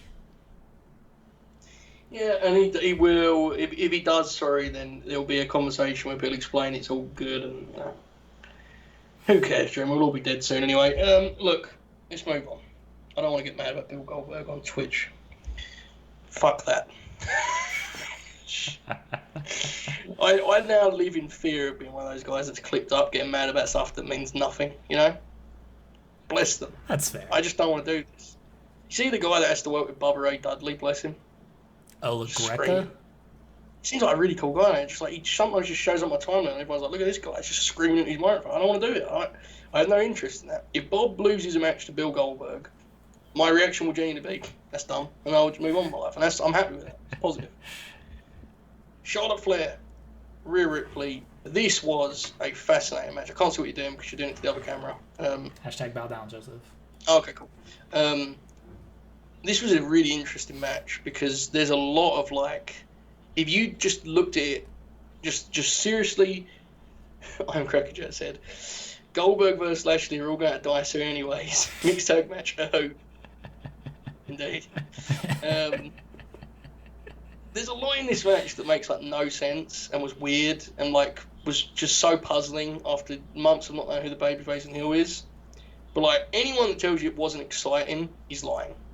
Especially the second half. Very much a tale of two halves, this one, Jeremy. I have to commend the women here. It's not easy when you get We Want Becky chants at the start there. It's not easy to rebuild as they did here. And by the end, they had people hopping up and down, going crazy. So yeah, that's awesome. I do like this dynamic of these two. They just sort of hit each other very hard. And as we know, Charlotte makes you, if you don't hit Charlotte hard, you're not going to get any offense, right? So you have to just fight her. You just go out and have a fist fight. And they did it. They willed it into virtual almost greatness, just on skill and talent in a situation that really appeared at one point they were messed up. There was some stuff though that I can't, in good conscience, I can't support. And the main one being when Charlotte just turned into a babyface for 30 seconds, and she ate all those chops and fired up, and then she did a big roar and went up to the top for a moonsault. I was like, man, tough to be Rhea Ripley in that scenario. Huh? That's difficult. But look, I'm gonna pick holes and they kicked the shit out of each other. I thought Rhea was really good here and looked her bumping and stuff. It was what I remember. But Charlotte, this was Charlotte's. She made sure this was her match, and by the end of it, it was this weird babyface triumph where she was crying and stuff. It was weird. It was just weird. The whole story's been weird. So I'm not knocking what they did. They had to do something, right? And at the end of the day, they hooked the audience and got the match over huge. What they were trying to achieve with any of this, I have no idea. Not a clue. But, Charlotte's champ again. There you go.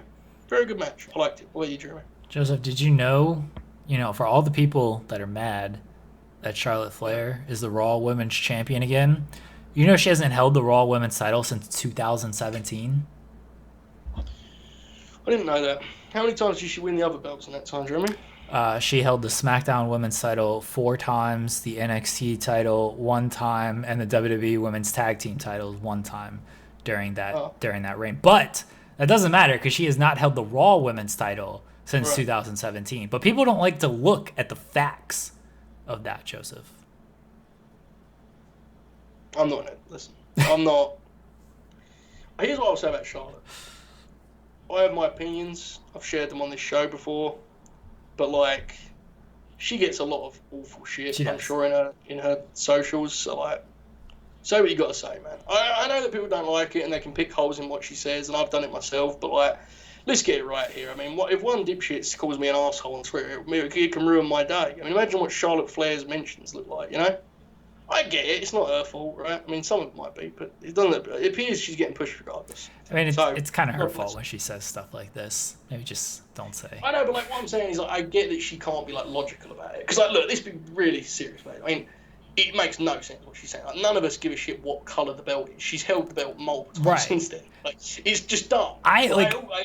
I get she can't be objective about her own shit. You know, I understand it. You know. No, but I completely agree with her. I'm like, well, why wouldn't I just want to hold the belt all the time? Why wouldn't I want these main events? Like, honestly, like I agree with her on that stuff. But don't just be like, I haven't held this title since 2017. All right, cool. You've held 8 other championships in that time. Like, it's okay. Look, the match was good. Charlotte is very good. I thought this was Rhea's best performance, right? Like I mean, you were ready to give in your talent scouting card after that WrestleMania performance. But I thought this was a great performance. Yeah, it seemed like Charlotte just told her, like, just go out there. Or maybe Rhea just knew it. Because Rhea had talked all week of, like, I'm just going to go punch her in the face. Like, that's the kind of chemistry we have right now. Like, just hit the shit out of each other. And so that's exactly what she did. They worked very hard to get the crowd around. Because, like, once you get those "We Want Becky" chants, it could have gone south very, very, very quickly. And so they did a great job to turn it into a match that people were paying attention to and actually liked.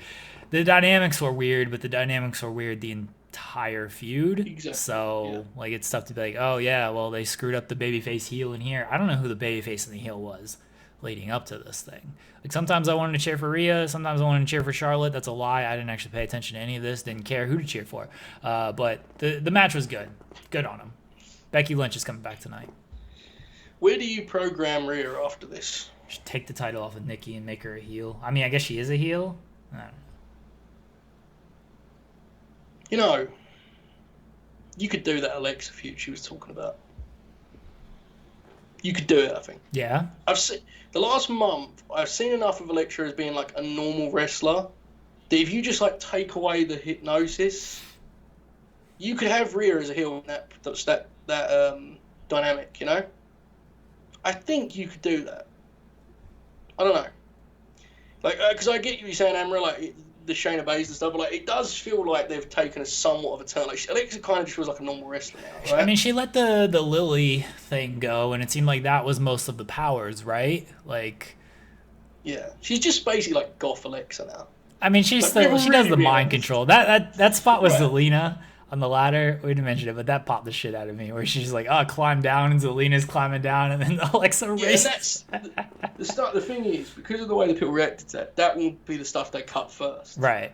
So at the end of that, you really just have like Alexa with like goth makeup, which is amazing. They spent a year getting to that point. She could have just came out of that one time, wouldn't hurt anyone.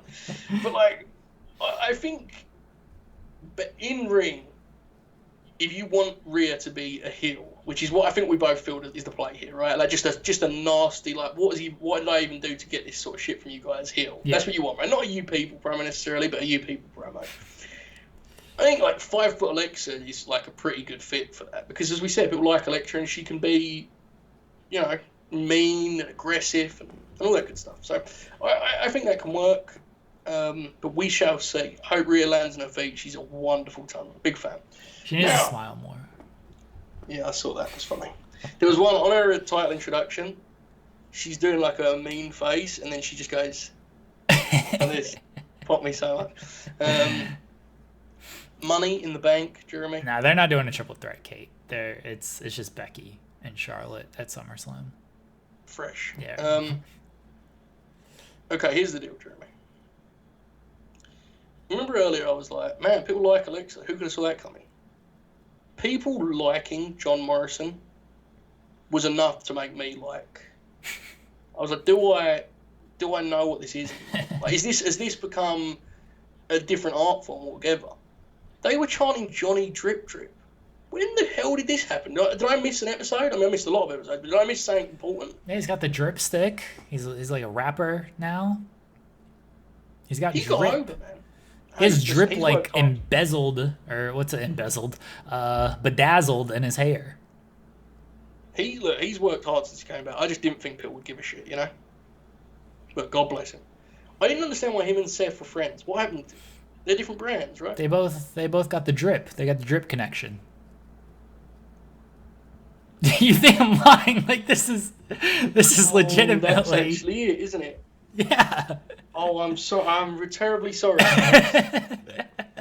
Oh, I wish I didn't ask. Now. Okay. Well, let's go forward. That's actually what it was, right? Yeah. Okay. Wow. So we'll move on. Listen. Anyone with any sort of objective brain could look to this lineup and say they're probably going to have a good 8-man ladder match, right? I mean, it didn't take a lot. It was very well produced. They all looked great. I will say that Riddle doing Randy's offense makes you appreciate just how smooth Randy is. You know? Like, Riddle's a really great athlete. He does Randy's shit, and it's like, man, that doesn't even look like the same move. Randy's so, his RKO is just so bigger. Ricochet, listen, this guy's he's a freak of nature, Jeremy. He's an absolute freak. The bounce he gets on this shit is outrageous. Morrison was classic John Morrison in that he tried things that were objectively never going to work, but he tried his best and he hurt himself a couple of times. None of it looked like it hurt anyone but himself, but he did it and people liked it. There was this great portion where Drew McIntyre just kicked the shit out of everyone in the match before being cut off by Jinder Mahal, which I appreciated. It was like they felt the need to tell you, if things were fair and there was not a Jinder Mahal, Drew McIntyre is clearly the victor of this match. Drew McIntyre, super over, right, Jeremy? Yeah, crowd loved him. Anyway, I loved him. Who could have saw that coming? Anyway, the Kevin Owens bump at the end was one of those ones. And these happen a lot. I'm not someone that polices what people do with their bodies, but sometimes guys of this caliber will take bumps that make me stand up and go, you idiot, what are you doing? Kevin Owens does that a lot. This one was outrageous. What is the need, Kevin? What is the need? Can we please? Bless the man, just does dumb shit. He's beloved. No one needs this from him, and he just can't help. It's like, I have to say this, Kevin. If you ever see this, God bless. Right, I adore you. There is something like perverse about this. It's like he's like, listen, I'm suffering anyway. Everything sucks. He takes my attitude of we're all going to be dead soon anyway, and he's just like, I'm going to just put myself through agony just for the sake of. Just so I can feel something again, just so he can feel it again. It's insane. I don't know what his deal is, but like his bit is now that he just does insane shit without any, care for his body. And to that I say, oh how I can't knock it. It's just he's so over. He doesn't need to. There you go. Again, bless him. I thought he was like, because the way he was selling his leg, like I thought he was legit hurt, and I'm sure he's banged up and everything, but yeah, like he was selling that very, very good. Yeah, Joel, I saw it. I'm not the EP and I are not thrilled that Big E is going to be in Miami. Fully expected Bianca and Carmella to be in Miami, and I expect Sasha to come out there. So like I was prepared for that. Not happy, Big E. I'm not pissed. I'm not pissed. Joseph. Yeah, that's why I'm not pissed. Anyway. Big E actually won this thing. Anyone that didn't like this show so far, to which I did, by the way, I thought it was very good, you have to leave your criticism at the door at that point, because Big E actually won the thing. They did the thing. Big E actually won a big match. Big E is apparently going to be a world champion in the next year. Jeremy, I'm so happy. It's so overdue. We should have been here so long ago. But this is the guy. I am going to do this again. One last time. Before inevitably it all just collapses and goes through my fingers here, okay? This is a generational option for the top guy role. This is a guy that is outwardly colourful and charismatic, but still has this bizarre like sincerity and charm to him as though you know him as a friend, which is a combination that, by the way, just doesn't come around very often. He's a guy that athletically can do anything in ring, including a spear that I assume he will kill himself on every time he does it. He hits hard. He has a great mind for the business and he's constantly watching stuff, so he's always adding things to his game. He has good time. He, wait for it, Jeremy, looks like a star.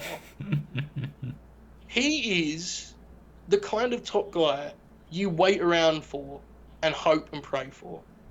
I cannot believe we haven't got here yet, but good Lord, can we get on with this now? Can we get to the dance? I'm ready, Jeremy. I don't want Bill Goldberg. I want Big E. I want Big E to be champion of one brand and Roman to be the champion of another, and after 18 months, them two to meet on a collision course and fucking rock the place. I'm ready. There you go, Jeremy. You excited as me? I'm excited. This is great. I'm too much of a cynic to At least now. Like last night, I was very excited. I was very happy they went with Big E. They made the right call. It was great.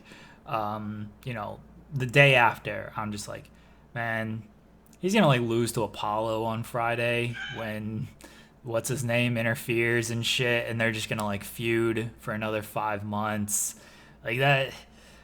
Like I tweeted it last night. They're great at the moments, right? Like that Big E moment was exceptional, just great. He deserved it. The crowd went crazy for it. We all love Big E.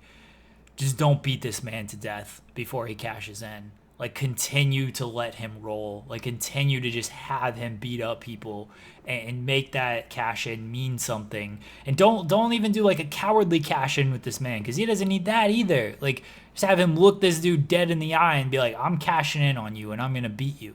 Like that's the kind of stuff we need from Big E. I'm hoping they do right by this briefcase cash in. I'm hoping they do well with it. Because babyface, we don't often see the babyface with the briefcase, right? And even when we do, they still kind of do what was the last good babyface cash in? Ambrose? It's the one I can think of off the top of my head. And that one was even after, Rollins had won, and then they had Ambrose come in and it was a great moment and everything. But the cash in that I remember from the babyface was the Van Dam cash in, where he told Cena, we're doing this at one night only. And that's one of my favorite cash-ins. Like that, I want something similar with that, with Big E. I hope they go full bore with him. I hope they put the title on him. I still think that the way is he just comes out and calls out Lashley tonight. Obviously we're not going to get that, but there's something there with that. I'm with you. Big E on one brand, Roman on another brand. Set that up for a couple years down the line at Mania, and let's go. But I ain't got faith in this, Joseph. I ain't got faith in this. I get that. Yeah. No, look, I mean, look, the fact that we've waited this long, I think, warrants some cynicism. This is... Think about everything we've just laid out and where we're at on it, and you think about how much merchandise New Day has moved, and the fact we're still, we've just got to a point where it's like, oh my God, Big E could be world champ. That's telling itself. So we'll see. I get it. I'm not a guy that expects anything at this point. You know that. I just thought it was worth being transparent about what we see in this guy, because I think this is a time in wrestling where there is a lot of wonderful professional wrestlers, but I don't see a lot of guys that I deem to be as money as Big E. Yeah. Really special talent. But there you go. Speaking of the special talents, the tribal chief, is he still the big dog? Only to people like Robert O'Neill. Okay. He's here, anyway, and he's fighting the Edge for the world title, whatever they call this one. Now, Jeremy Lambert. This match apparently melted social media. People appear to have made this match like some sort of centerpiece to philosophy of wrestling discussions. There is lots to talk about what psychology means. There is lots of debate as to whether this was even good. People I respect said that this single-handedly removed Roman Reigns from the Wrestler of the Year ballot, which is fucking incredible. I'm here to tell you, I just thought it was a very good main event. I didn't really see any sort of controversy to it. I just saw a pretty classical world title main event. You had Edge early on. He was working the arm, and it was a shine that Edge does now. He's not a guy that's going to do this sort of high-octane offense. He does, he's a veteran. That's the whole point. I have issues with the match, which we can talk about. I will say, before we go any further here, Michael Cole was unbelievable in this match. Truly one of the greatest Michael Cole performances I've ever heard. He was living and dying with this match. Him and Pat is a great team. I like it very, very much. Cole was on McAfee's show today and just had so many glowing things to say about McAfee, of how, he just revitalized his career. And it's true, right? Because Cole had just fallen into the formulaic, just you just kind of tune him out. I couldn't tell you. Michael Cole just felt like he's been Michael Cole for 20 years now. And I couldn't tell you, good or bad, what he's done. He's been working with the same guys. Corey Graves would try to needle him and stuff, but it didn't. Graves is also just felt like he was just playing announcer. He was just trying to play Bobby Heenan when he was out there, right?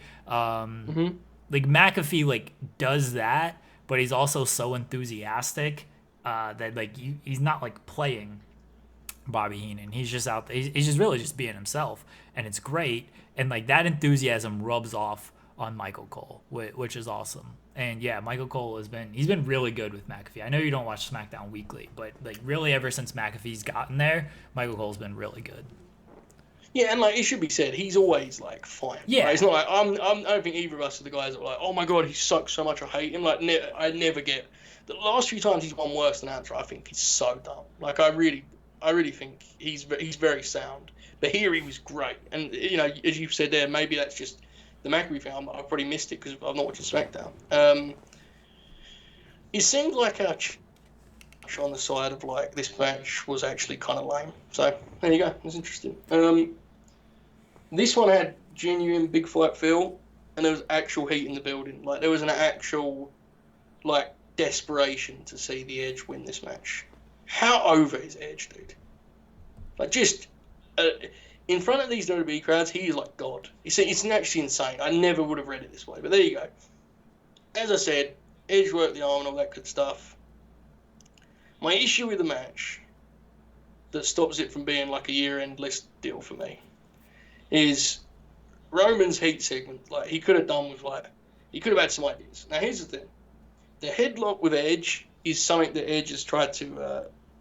He tapped in it with Orton, and what they try to achieve is this idea that the headlock like is just, and they try to get that idea that he does that big sell, and I understand Edge's facials are not for everyone. They're certainly not for me a lot of the time, but it's this idea that the headlock is not just a rest hold with Edge. It's truly torturous to his neck. I think is what they're trying to achieve. With that being said, I could have done with some more creativity and innovation in his heat. For me, it was very just like, this is the heat. This is how we're going to fill our time. But the thing is that criticism, to my philosophy of wrestling, that only goes so far because, like, the people were with it the whole way. Like, he's sitting in his headlock and people are, like, rocking. They're, like, trying to will Edge to his feet. So, like, while I thought it was kind of flat and drab, maybe, it didn't lose the experience. Now, look, maybe that's not the right way to look at this because they're over anyway. But, like, I don't know, man. This was unique. They had these people hooked. Edge eventually made the comeback, and from there, like, they're just every single false finish and such, they're popping on. They're with it all the way. They were truly engrossed in a way that, like, you very seldom see in wrestling these days, let alone WWE, where, frankly, big fight feel is just not a thing with how they use their guys. Everyone wrestles on TV too much. Well, obviously, that's the beauty of a guy like Edge, right? They're coming in and out a lot. So it was special. And I think we all knew that Edge wasn't going to win, which makes this, to me, even greater achievement. Like, I can't be disingenuous. I thought this was a real feat, this match. I think part of why I liked it was I didn't have high expectations. I'm not a big Edge guy, as everyone knows, but more than that, like, I don't know what the best Edge match is, especially of this ilk. Like, what's his best, like, world title match? I don't know, dude. Like, I don't expect him to have as good a match with Roman as Cesaro and Daniel Bryan did. I just don't. I'm sorry. So for me, this was like way better than I thought it was. The only thing was, Cena. New Year's resolution 26. So I need to revisit that. But I assume it's out with Cena. There are some other issues, though. One being that was terrible. That ref bump that they did with Charles was real bad. Yeah, it was real bad. Yeah. Because he did the right thing in trying to make it like the knee, but then like he had to sell his head some to make it make any sense. Like he just rolled out the ring like he was concussed, So TLC with Cena, yeah, that's different. Right? I get what you're saying, but it's, the Taker match is very good. I like that too. Okay, so there you go. The other thing was I didn't think the Seth stuff was very well done, and it really felt like we want to get to this match, and this is like the way we like. And, he came out and he cut that promo before to get some connective tissue. And I get they've done stuff on TV which I haven't watched. I understand that, but it just felt a little bit like lazy to me, I guess is what I would say. Really? Yeah, I just thought it was a bit like the way it was done. It lacked drama, I guess. It's like it came out and it was like, well, of course, Like, does that make sense? Like, it was like, well, of course, you beat me over the head with that. I just wish they'd have done something more creative, and especially when he came back the second time. See, that was the one that I didn't need. Right. Like I didn't need. That's fair. Yeah, I didn't need to come back on the second one. I thought the first one, the Usos came out. Real quickly, like I thought this match was kind of long. It was good. Credit to them. They had the crowd the entire time. You're in the majority, pal. Yeah. Everyone. I'm like. I was an outlier as soon as I came on. It surprised me. I could have lived without the two barricade spots. I hate that fucking spot, and they did it twice in this match. Like, just knock that off. The Usos coming out, the Mysterios making the save, like that made sense. I thought the first run in was good, and it made sense because they've been doing stuff on TV and everything, and they're obviously building. They're gonna do that match at SummerSlam. I thought that one made sense. Coming back out the second time is like, all right, you're just doing too much, and you're right. Like, yeah, we're just beating you over the head with this stuff. Yeah, I mean, especially when you have the post match of them brawling away. Yeah, like it's exactly. That's where we get to the frankly saying that was a big enough deal that it kind of erased that whole like the importance of that match really, because Cena came out to this pop that was like. It was just outrageous, right? I mean, and I think it's one of those cases, weirdly, Jeremy, where the crowd expecting him made it a bigger pop. Because they were just waiting for the music to hit, yeah. You know? Like, you could sense, like, everyone watching at home was waiting for the music to hit. People in the audience were waiting for the music to hit. And when it hit, they exploded. It's so interesting that this event is a decade removed from, Money in the Bank 2011, where Cena gets the ultimate, like... Well, they're split on him tonight reaction, with Punk. It's fascinating to me. It's amazing how things change in age and such. But look, Roman and Cena is not the thing that I'm, I'm not particularly excited. I'm going to get honest. I get why everyone's so for John. Hater. Look, I am probably a hater. I am not. I think John Cena's very good. I'm not like retroactively crowning him the GOAT like everyone else does now, apparently. But he's obviously a great personality. Me. No, that's fair, but you got to admit most people retro. Yeah, but they're just getting on the bandwagon and stuff. Me, down since day one-ish. That's indeed. Look, he's a great personality. He's a true star. He's a great top guy. I have my reservations about the match, which we have discussed beforehand. I think it's one to watch in terms of the in-ring. But listen, man, it's a mega match, It's an absolute monster match. And I'm excited to just sort of see it play out. Is it one that I'm, like, desperate for? Not particularly. But, like, I'm sure it will be, an electric deal. So there you go. I'll let you talk about Cena, Jeremy, just to put a bone, like, to me, that was the perfect end to a genuinely triumphant show. They're 2 for 2 in my book since getting back crowds. And, frankly, I kind of think anyone that says otherwise is being unfair. I'll be honest, I do. Like, I saw a lot of people saying SmackDown was just another show, and, like, listen, man, if you think they're going to, like, reinvent their TV, more for you. It's, like, on you. Like, Jeremy, you and I both know to do. They're going to still do their shitty rematches and all that dumb stuff. And expecting otherwise is silly. It started with a Roman 6-man, ended with a hot 4-way, and you got Finn along the way. Like, I think they're 2 for 2. I have no criticism, really, in terms of big picture. I have little things, but, like, they're hitting so far, Jeremy. I have no complaints. What about you? They are, and I think they'll continue to hit up until SummerSlam, and then after SummerSlam is when we can have different discussions. But for right now, I thought SmackDown was a good show. I thought Money in the Bank was a good show. Edge winning. Roman winning, obviously the right call. I could have lived without the Edge Seth brawl at the end too. Like that felt very unnecessary too. Like just get Edge the fuck out. Roman should just kick them the fuck out of the range. Like, get out of here. I beat you. You're not worth my time anymore. Take the mic. Do the acknowledge thing. Get the John Cena pop. Joseph, this is an all-time pop, right? Like, say what you will. What was the last one on this level? This was like... Cena coming back at Royal Rumble? It was an all-timer. Yeah. It was like an explosion of joy. Like, it was like... The only pop that was bigger than it was the Alexa one from earlier in the night, right, Jeremy? That was the only one. Other than that, it was... I can't see you, but I appreciate that you're just stoic in response to that. Oh, he's doing the you can't see me. That's very good. No, look, it was an all-timer. He should be. He's one of the great top guys ever.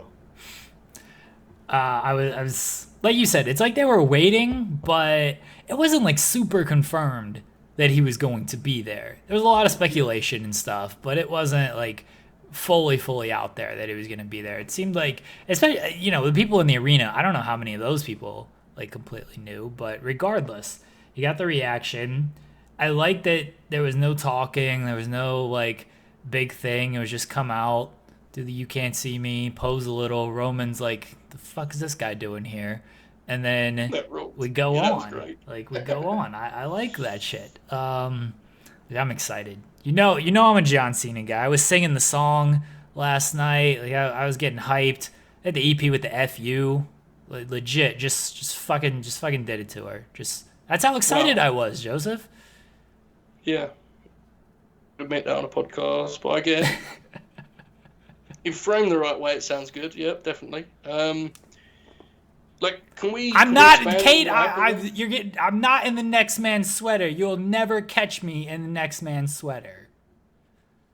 Okay. Listen, Jeremy Lambert. I think people consider me to be a very picky person when it comes to professional wrestling. I think some people consider me to be an asshole. But frankly, I have very little kind of conditions to add or disclaimers.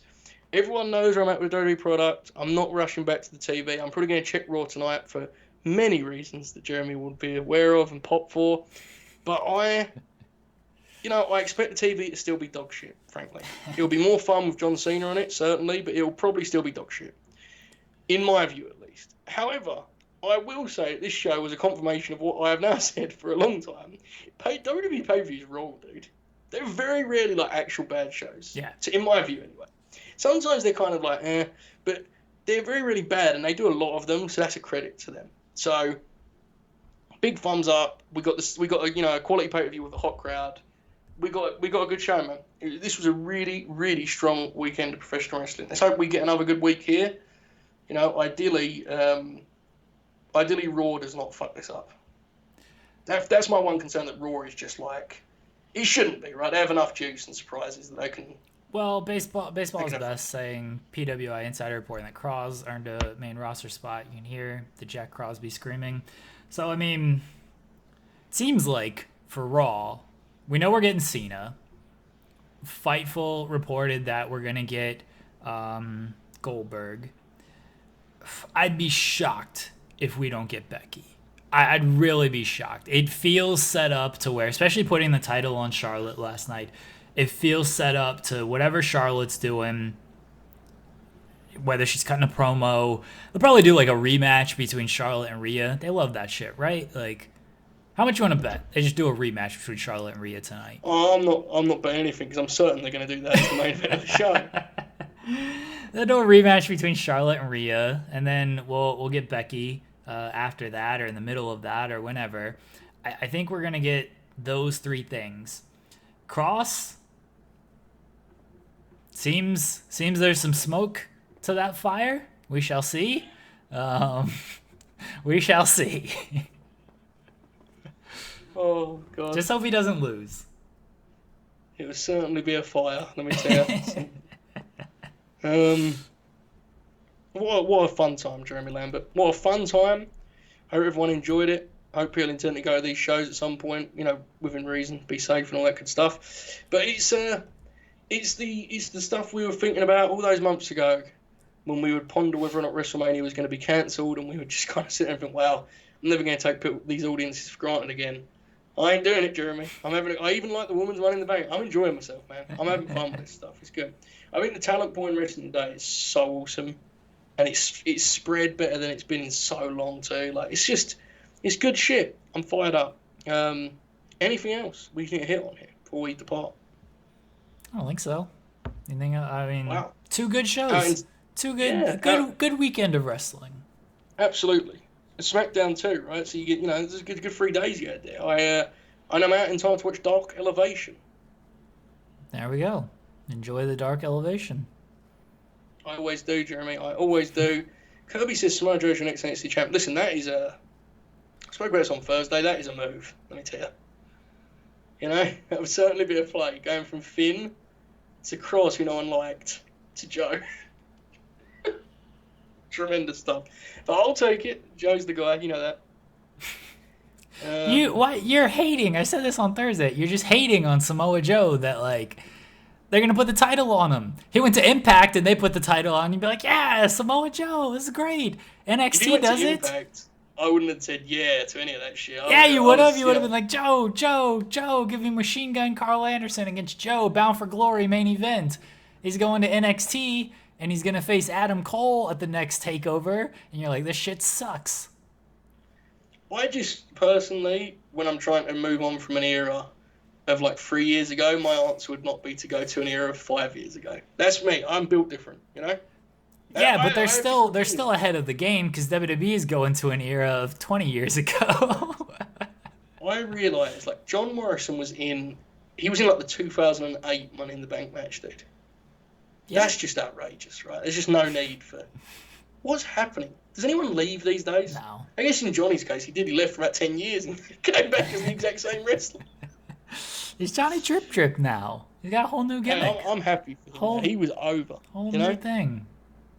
Listen, their crowds are built different. That's the truth. They really are. They are built different. Because some of that shit, I didn't expect anyone. Like, they were all in. How much is it? How much is it they were all in because like it's actually good and they like it, or they're all in because it's like it's just been a while? It's a bit of both, I think. I think so too. I feel like a month. I give them till SummerSlam because after SummerSlam and the kind of the novelty of the returns and everything wears off, and they've had 3-4 weeks of 50-50ing everybody on the main roster. I don't know how much stuff this is all going to be over. And then they're not building towards a big pay-per-view. They're building towards Extreme fucking Rules or whatever. And they're doing all the rematches again. Then I want to see how much this stuff is actually over. But I think for right now, just kind of anything is going to be over. Oh, I agree with that. Which is a testament to Nikki Ash getting no reaction. This is the thing. I'm not suggesting that stuff's like super over or hot even. I'm just saying like you could tell that. Look, here's the truth, guys. This might upset people. It will be a surprise to some of us that not everyone that attends the WWE event also logs onto Twitter every day to discuss how shitty Raw is. You know, there are some people that actually just like it. Now, granted, to you and I, that might be hilarious because we think it's terrible. But that doesn't necessarily mean that Again, I'll say it. I mean, Nikki is a case in one side, and so are the Viking Express or whatever the fuck. But like some other John Morrison, Alexa Bliss, they were some of the most open on the show. I mean, I was those two characters in that 18 months in the Thunder. And then this is the other thing: do people just not watch the TV? that could be because some of the stuff like the Johnny Drew they do because that's a TV thing, right?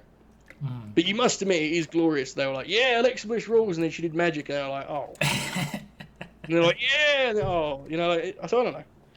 Listen, people like wrestling. I don't know why, but they like it. It sucks. Okay? Wrestling's horrible. Let them enjoy themselves. It's good, though, for this like week or so. Yeah, for this week, maybe the next couple of weeks, it'll be good. Then we'll just be reminded how shitty it is. Do you say that in terms of like the product will be shitty or wrestling do so like one of those classic wrestling things that just reminds us of shittiness? Both. Yeah, it could. It's just both. Like, they're on the road now, like, you know. Yeah. Yeah, I'm sorry to hear complaining about luggage and stuff. Just it's gonna get worse.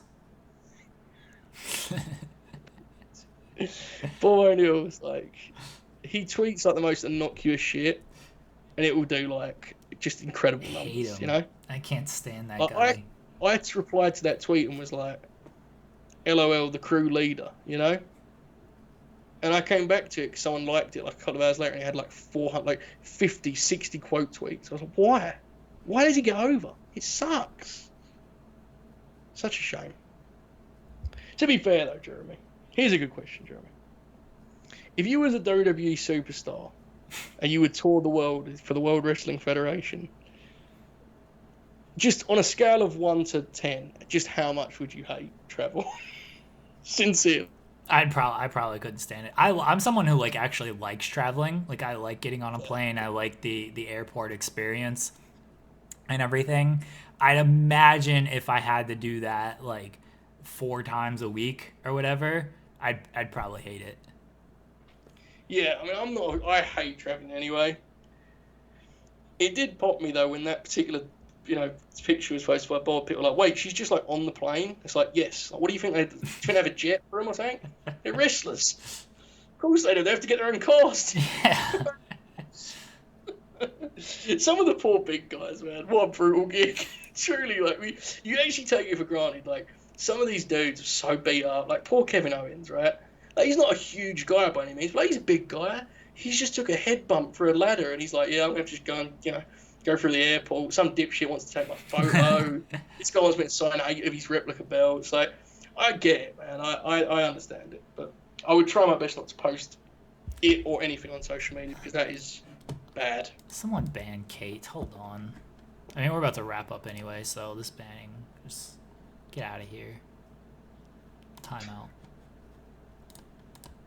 Horrible jokes. Can't stand them. Wow. What way to end the show? Do what? Way to end the show. I don't know how long. How long? 600 seconds? 5 minutes? No, it's 10. 10. Oh shit, that's mean. I didn't want to do 10 minutes. Very mean. Somebody can unblock her or whatever. JJ, do you know how to do this stuff? Okay, Joel Pearl knows how to do it.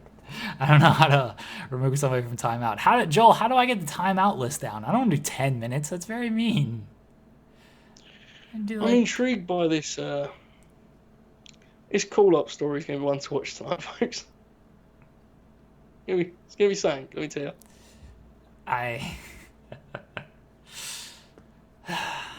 You're excited, aren't you, Joseph? You're ready for Raw tonight, aren't you? I'm watching it. Yeah, I'm going to watch it. All 3 hours? No. There's big vibes of when they called up those guys. You know when they were like, you're the authority, here's EC3 and Otis? Big vibes. Just anyone that's somewhat appealing to them is like, here he is. It's going to be something, guys. Lock in. This next couple of weeks is going to be something, both comedically and in terms of actual excitement. Enjoy the ride. Oh, timeout user duration reason. I just click on their name and just click on timeout. Can I not, like... I don't know. Can't just put, like, untimeout. Yeah. There's got to be a simpler way to do this.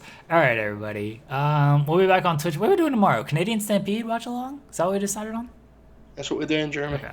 So tomorrow, 3 o'clock, Canadian Stampede watch along. Should have some guests. I'm working on a couple of people. It's our usual pals, and John Alba. John Alba is like so pleased with himself that he was. Oh, Joseph, are you ready for this Raw lineup? We're not doing an article on it because it's dead in an hour. John Cena to kick off Monday Night Raw. Awesome. Charlotte Flair's championship coronation ceremony that definitely won't be interrupted. Oh boy. A 6-man tag team title match. 6-man tag team match, Riddle and the Viking Raiders against AJ Styles, Omos, and John Morrison. And are you ready for this one, Joseph? Symphony of Destruction.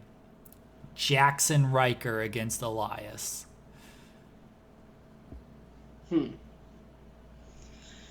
Alright, I'm not going to comment on that.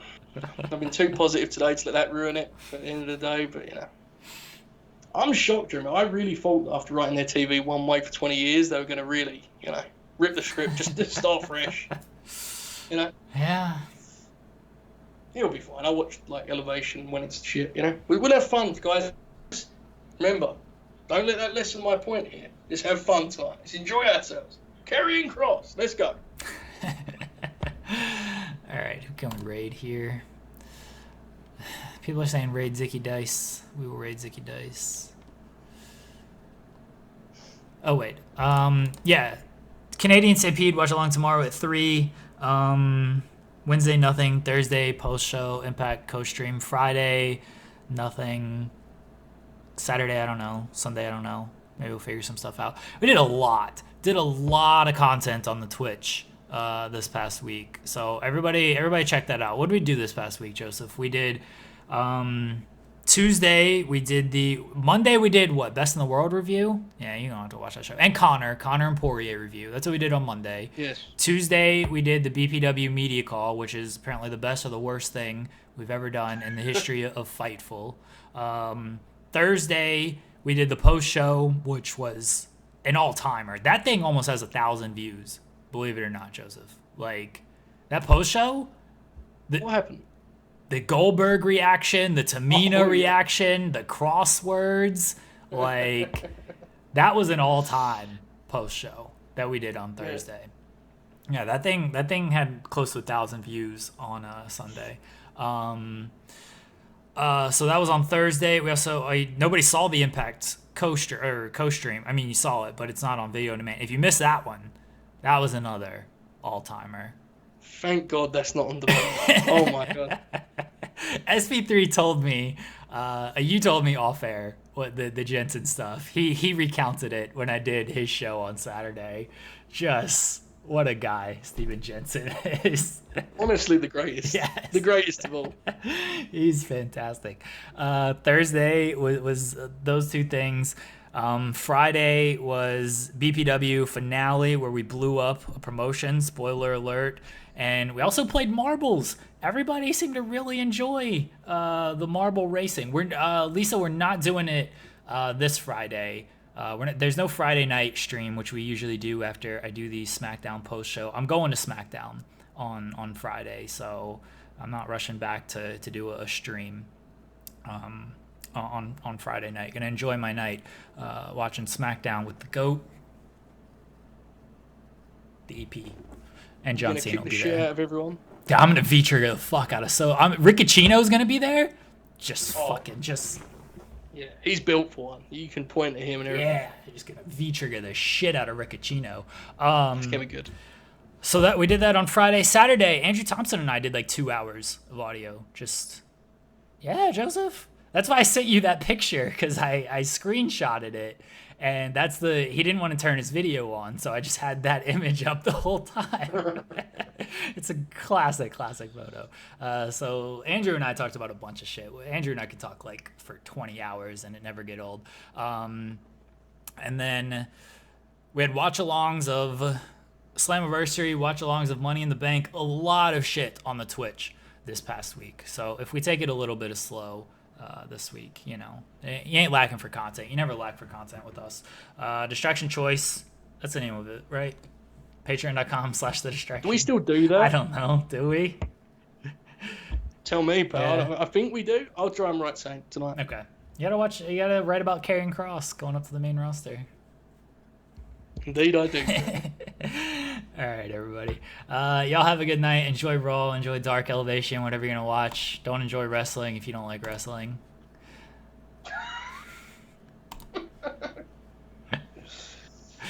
We'll rate Zicky Dice since we got a couple requests for that one. Y'all have a good night.